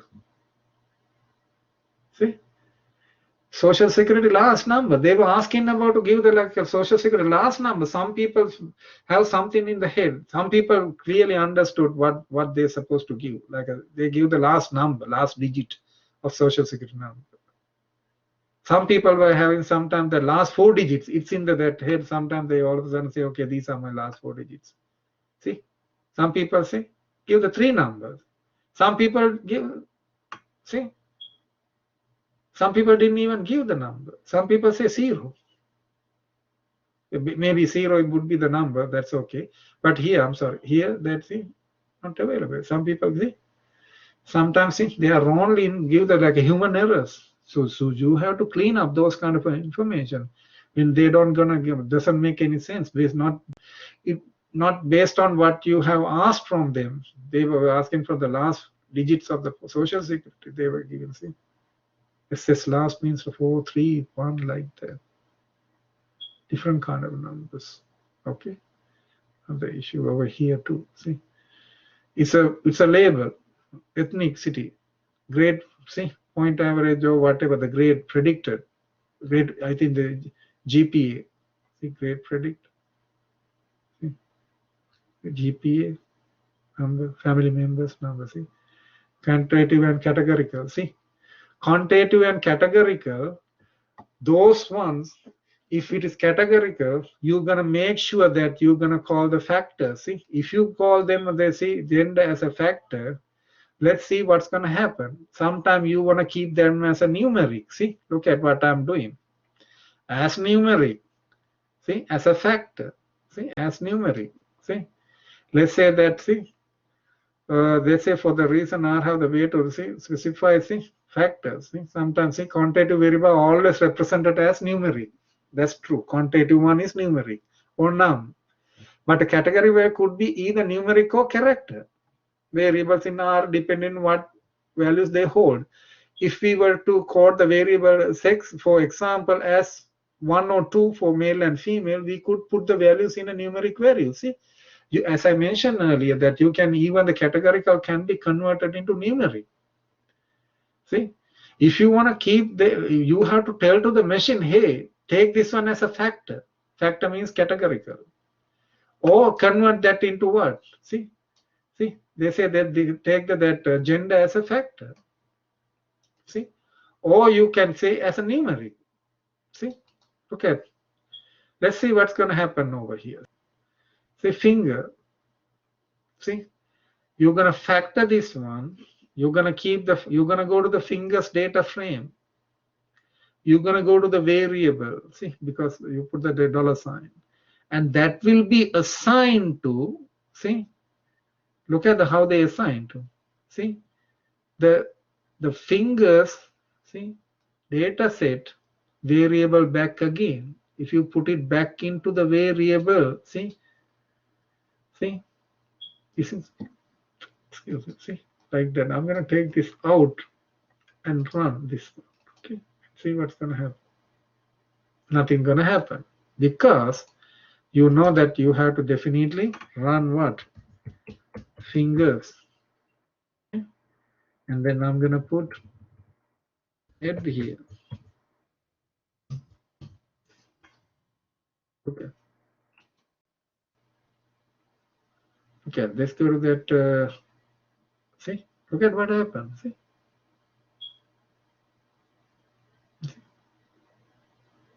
it fingers. Let's see that in original data set, would that be the situation? See, they've been given that as a numeric value. See, 1 and 2. See, 1 and 2. Gender has been given 1 and 2. See, they don't give you the number. See, sorry, they don't give you the name male or female. See.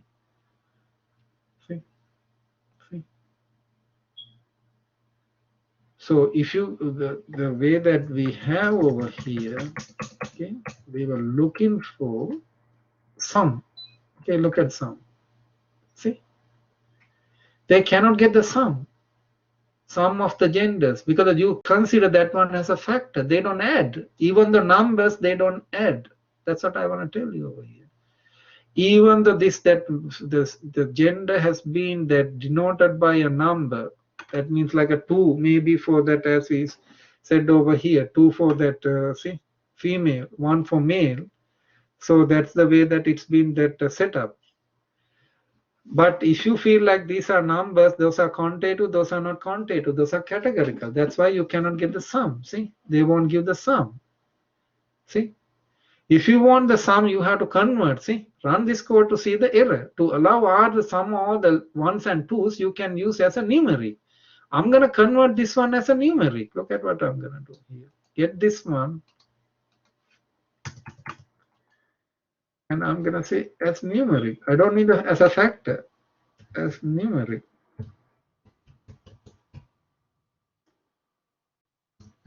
Okay. And then I'm going to something up. I'm going to cut this one. I don't need this one.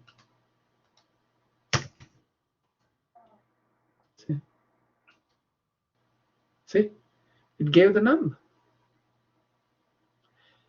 Give the number. See, 2 or 2. They were adding to whatever the number being given for that male and female. See, if you want to see that see these numbers, okay, not how many times 2 has occurred. That's a different thing.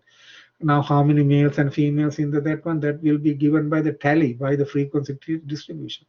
Here, what we're going to do, if you really want to add them as a number, see, then you converted that one to numeric. See, which one? The gender value has been converted into what?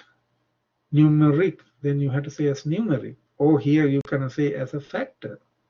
See, that's how you're going to do that one. See. So if you like to make this code run, use as a numeric to correct the code and run it again. Now you should see the sum. See, if you get the sum.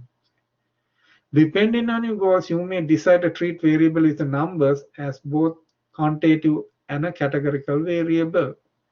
If this is the case, it's a good idea to make 2 copies of the variable, one numeric and one factor. See, depending on your goals, you may decide to treat variable with numbers as both quantitative and a categorical, both ways. So you keep both copies. See, for example, like at scales, there's question in the ask you how rate something on a scale 5 to 7 point scale could be treated as a quantitative variable because of the numbers. In some situation, the categorical. Some people say this is categorical. The data frame that we have variable called interest. See, rating by student how interested they are in statistics. It coded on a 3-point scale. See, from 0 no interest to very interested. See, 0 to 2. If you want to ask whether the average rating is, you would need to variable to be numeric. See, average interest, average rating. See, it depends on whether you're going to consider that one as like a categorical variable, even though that this scale, see, this scale should be definitely a scale can be considered as a quantitative. That's what they say. For example, see, like at scale, those questions that ask you to rate something on a 5 to 7 point scale could be treated as quantitative variable, or qualitative variable, or categorical variable. See. They were asked about that in that question, that how interested they are in, see, the student rating by the student on how interested they are in stat. They were coded on 3-point scale from no interest to very interested, 3-point scale. See, there's only 3 categories. See, if you want to ask what the average rating is, you would need to variable to be numeric, otherwise it won't give the answer. See. Interest has been coded numerically in the fingers data frame. Modify the following to convert it to a factor and sort it as a interest dot factor. In see, look at this. You're gonna go to the data set and you're gonna create another variable. See, its name is interest factor. How could you gonna convert this to a factor? You're gonna make a factor. And to make the factor, you go to what? You go to that particular data set, sorry, fingers, okay, and $, your interest. See? Don't see anything. Then you don't have to run the whole thing. You know, you have to run the only fingers. And you're going to get the first few of them. Head and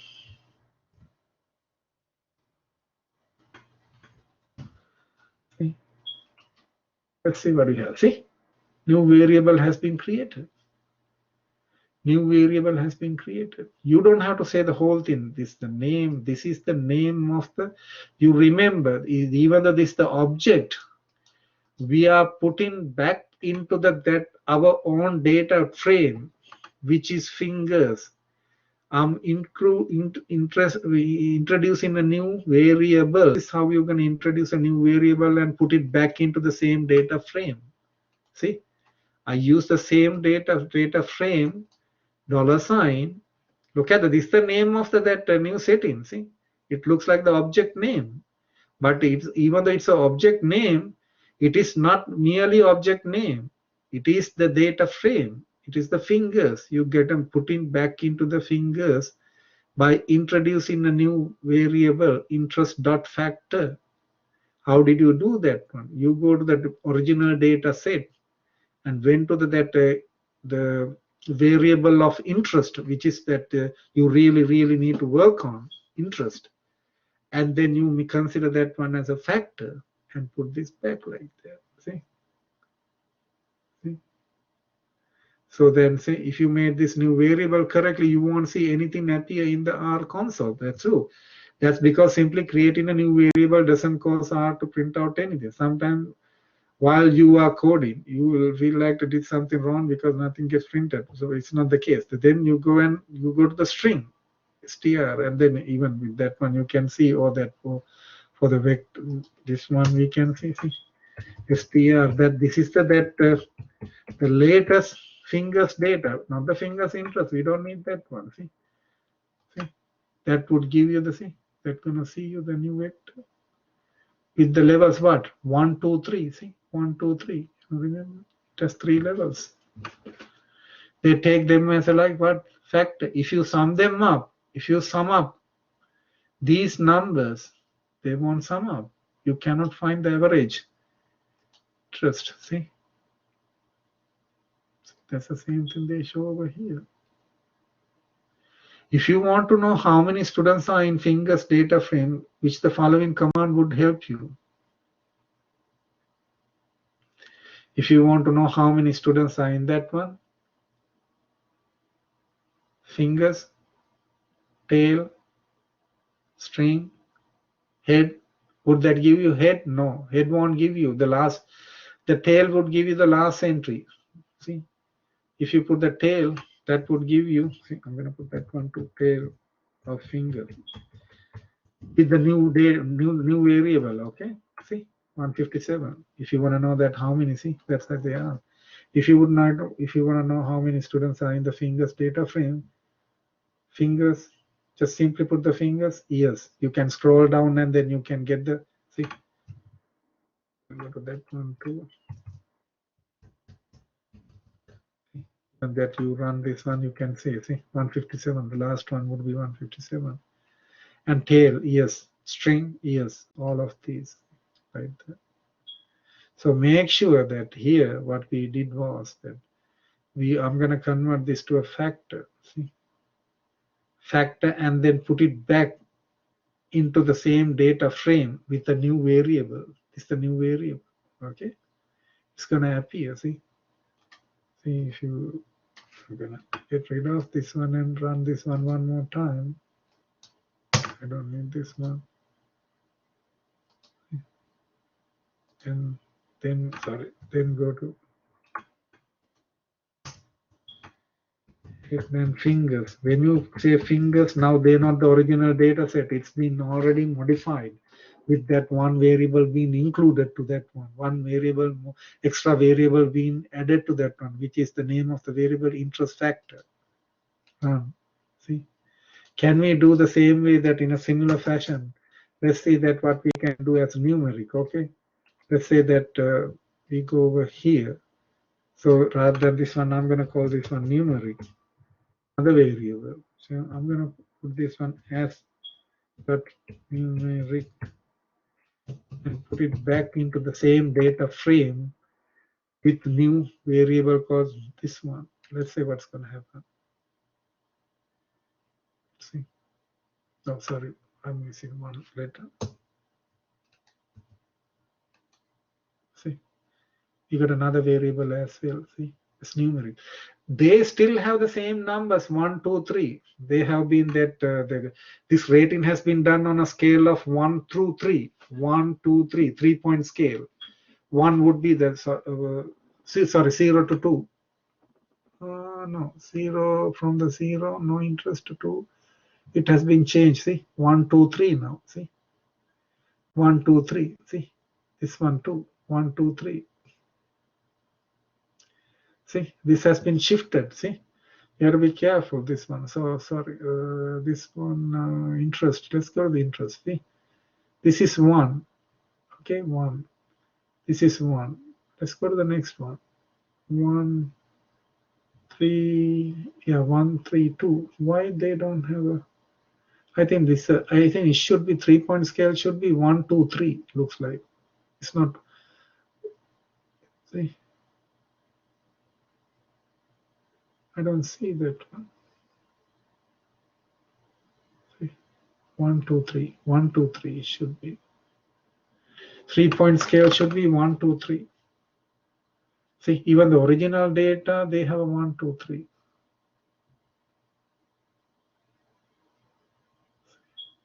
See, 1, 2, 3. 1, 2, 3. See.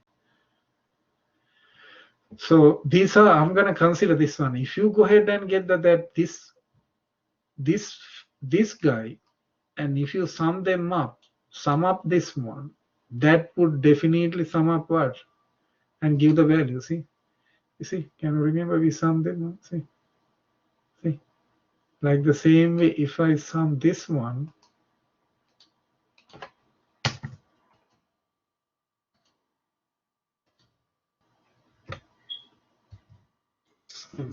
this one.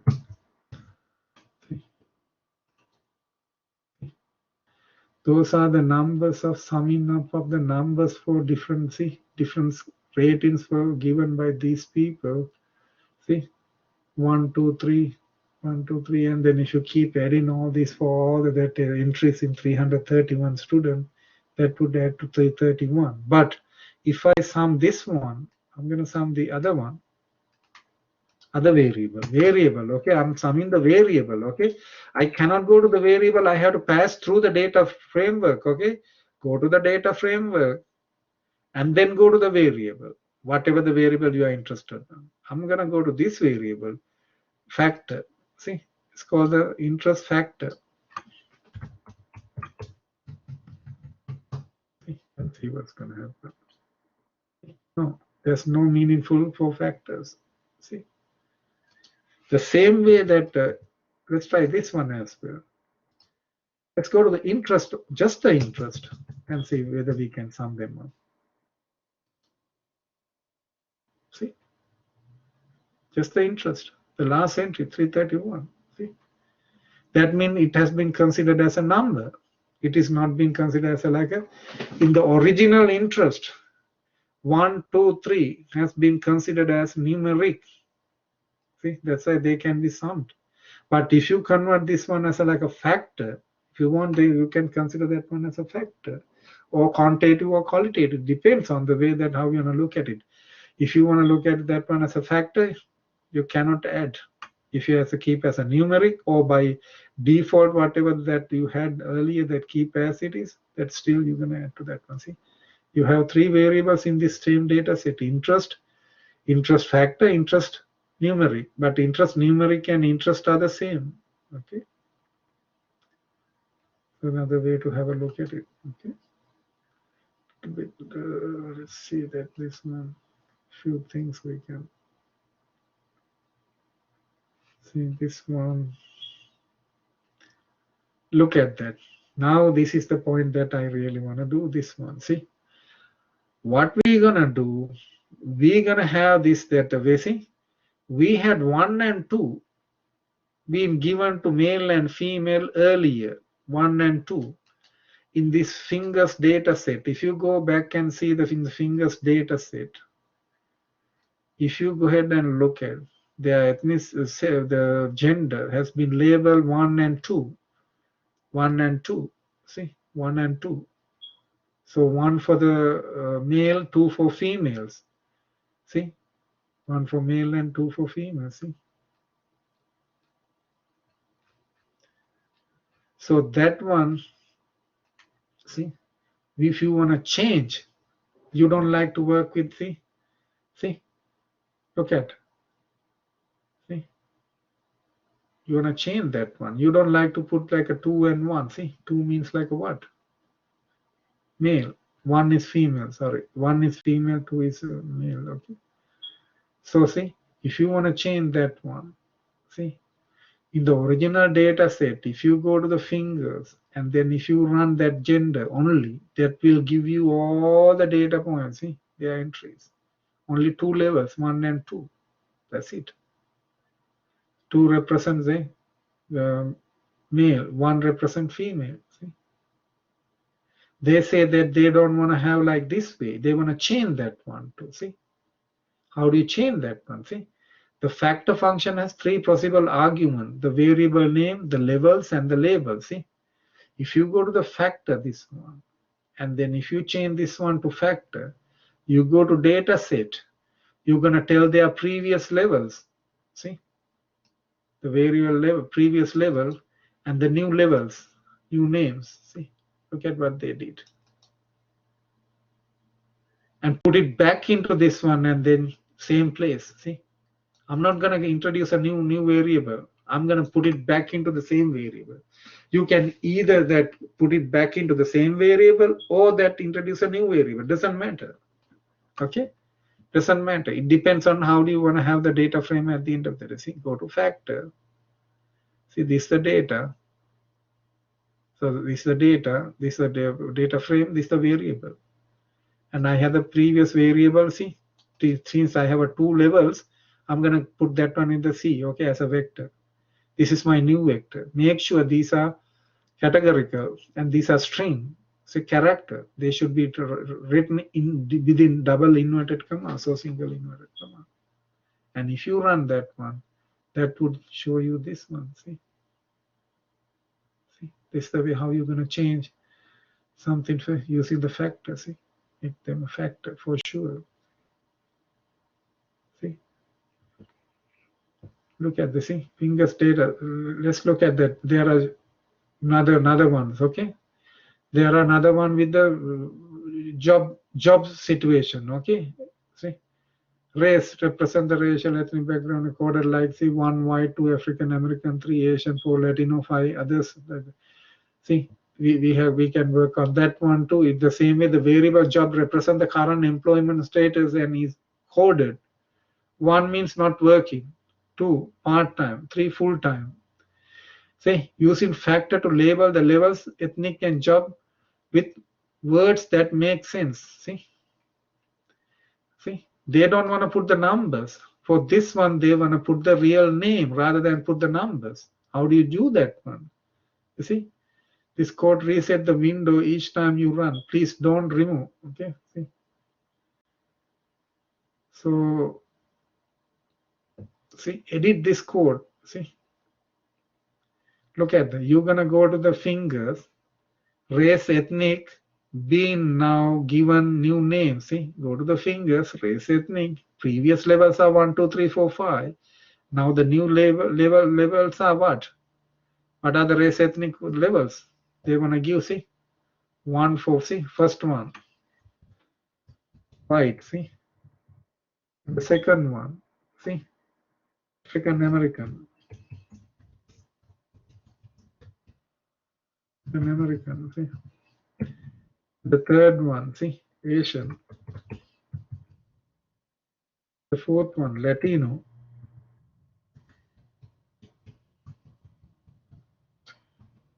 This one, other. See? The same thing you can do for the job. See, you go to the. I'm gonna get this one here for my convenience. I'm gonna put it here. Factor, fingers. I don't go to that race ethnic. This time I go to job. Job. What are the levels I had for first? See, 1, 2, 3. 1, 2, 3 only. I can get rid of 4 and 5.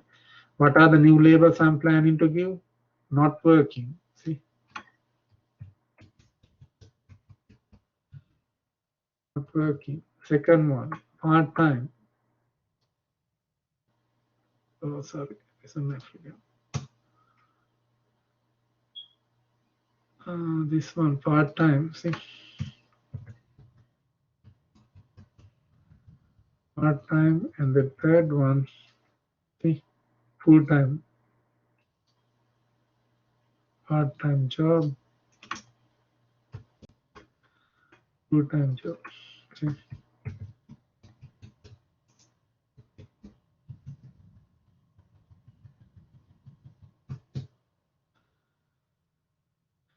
See.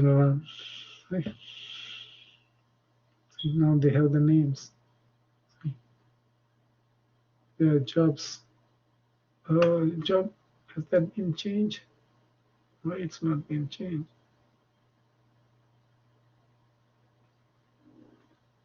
Okay, fingers, job, factor.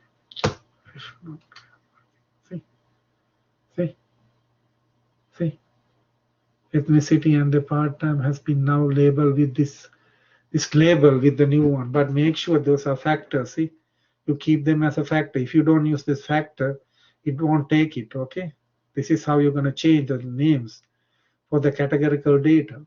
Categorical come like a numbers or labels, doesn't matter. It depends on the situation. You're going to consider that one as like a numeric.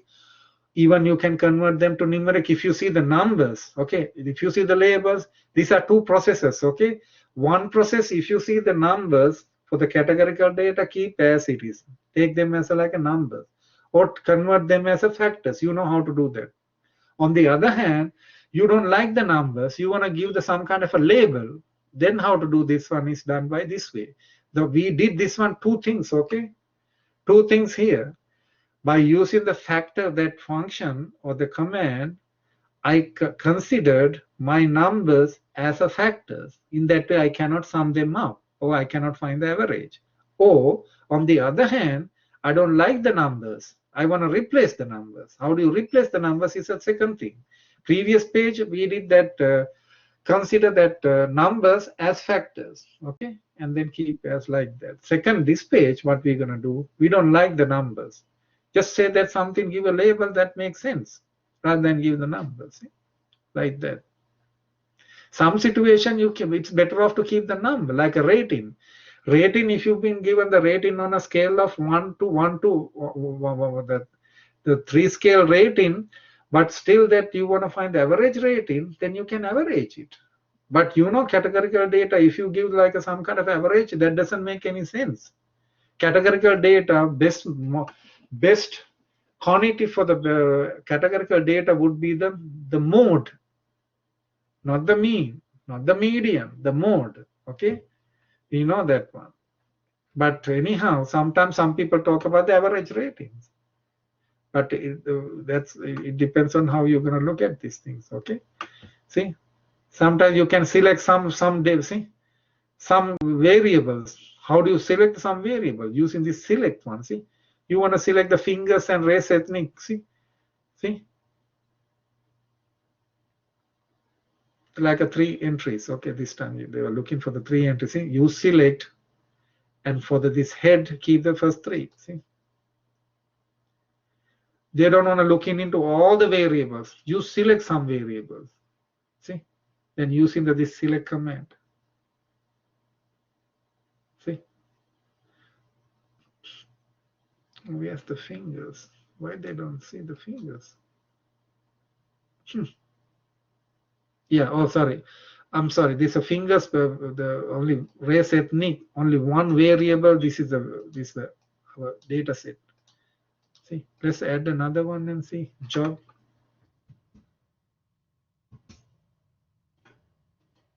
See, this is the data set. You have to make sure you go to the data and comma. See, you give the job and race ethnic. 2 variables will be displayed for 3 entries. 3 people, first 3. See, first 3. If you want 1 variable, you can just get the 1 variable and then analyze like that. So these are the measurement errors. I think I can talk about that one later, but sampling from population. These are a little bit, I can do this one a little bit real quick. Okay, I think, let me see that where I can do something like this. To structure, next one, data. Yeah, so what I'm gonna do, I'm gonna go ahead and stop over here, but I'm gonna make another video and then upload to the system tomorrow based on that what we not been covered here. Okay, that's the best thing to do, because this takes a little bit long. I think you might be tired too as of now. I'm gonna little bit do tomorrow morning. I'm gonna just do another video and then upload starting from here. Yeah, starting from 2 point, that means that I'm going to cover 2.5, 6, 7, and 8. Yeah, 5, 6, 7, 8. I'm going to make another video and upload, then you can watch the video and then get the idea what's going on, and then you can easily answer that your homework one. Homework, that I'm going to mention this one again, that homework, if you need a more time, take your time and just finish that one, and then make sure that you're going to turn in all the homework at the end of this session or end of this semester, within that given that time period, like that end of that pretty much that this month, so that if you need more time. And on the other hand, I was mentioning that one in the very beginning, that we have two parts in this every homework. But if you feel like that the writing part is too much, or you don't have that much time, don't worry about that one. I mentioned even in the very beginning in this video. Okay, if you go ahead and then watch that one later. This just as I mentioned about even this pretty much the similar way, that the discussion, if you don't have too much time to this, don't waste time of that writing things, and then like that time you can utilize to do your homework, quizzes, because you have to finish the quiz too. Even for the quiz, take your time and do any time. Okay, I don't care, whenever that you are done, I'm going to put the grade. Okay, so I'm going to make it very clear here that you make sure that all the homework, quizzes, for final exam, and then midterm test to be done within this that before end of the semester. That's it. Okay, I'm giving you more time, I'm flexible.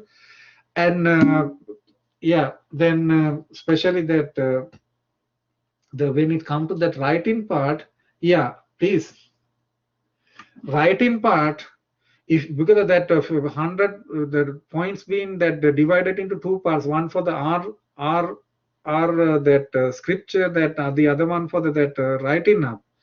If you feel like that you don't have a time, or you don't have any good structure to that, come up with the way that they have structured, I think you have to make it like a real nice note, nice report, using a certain kind of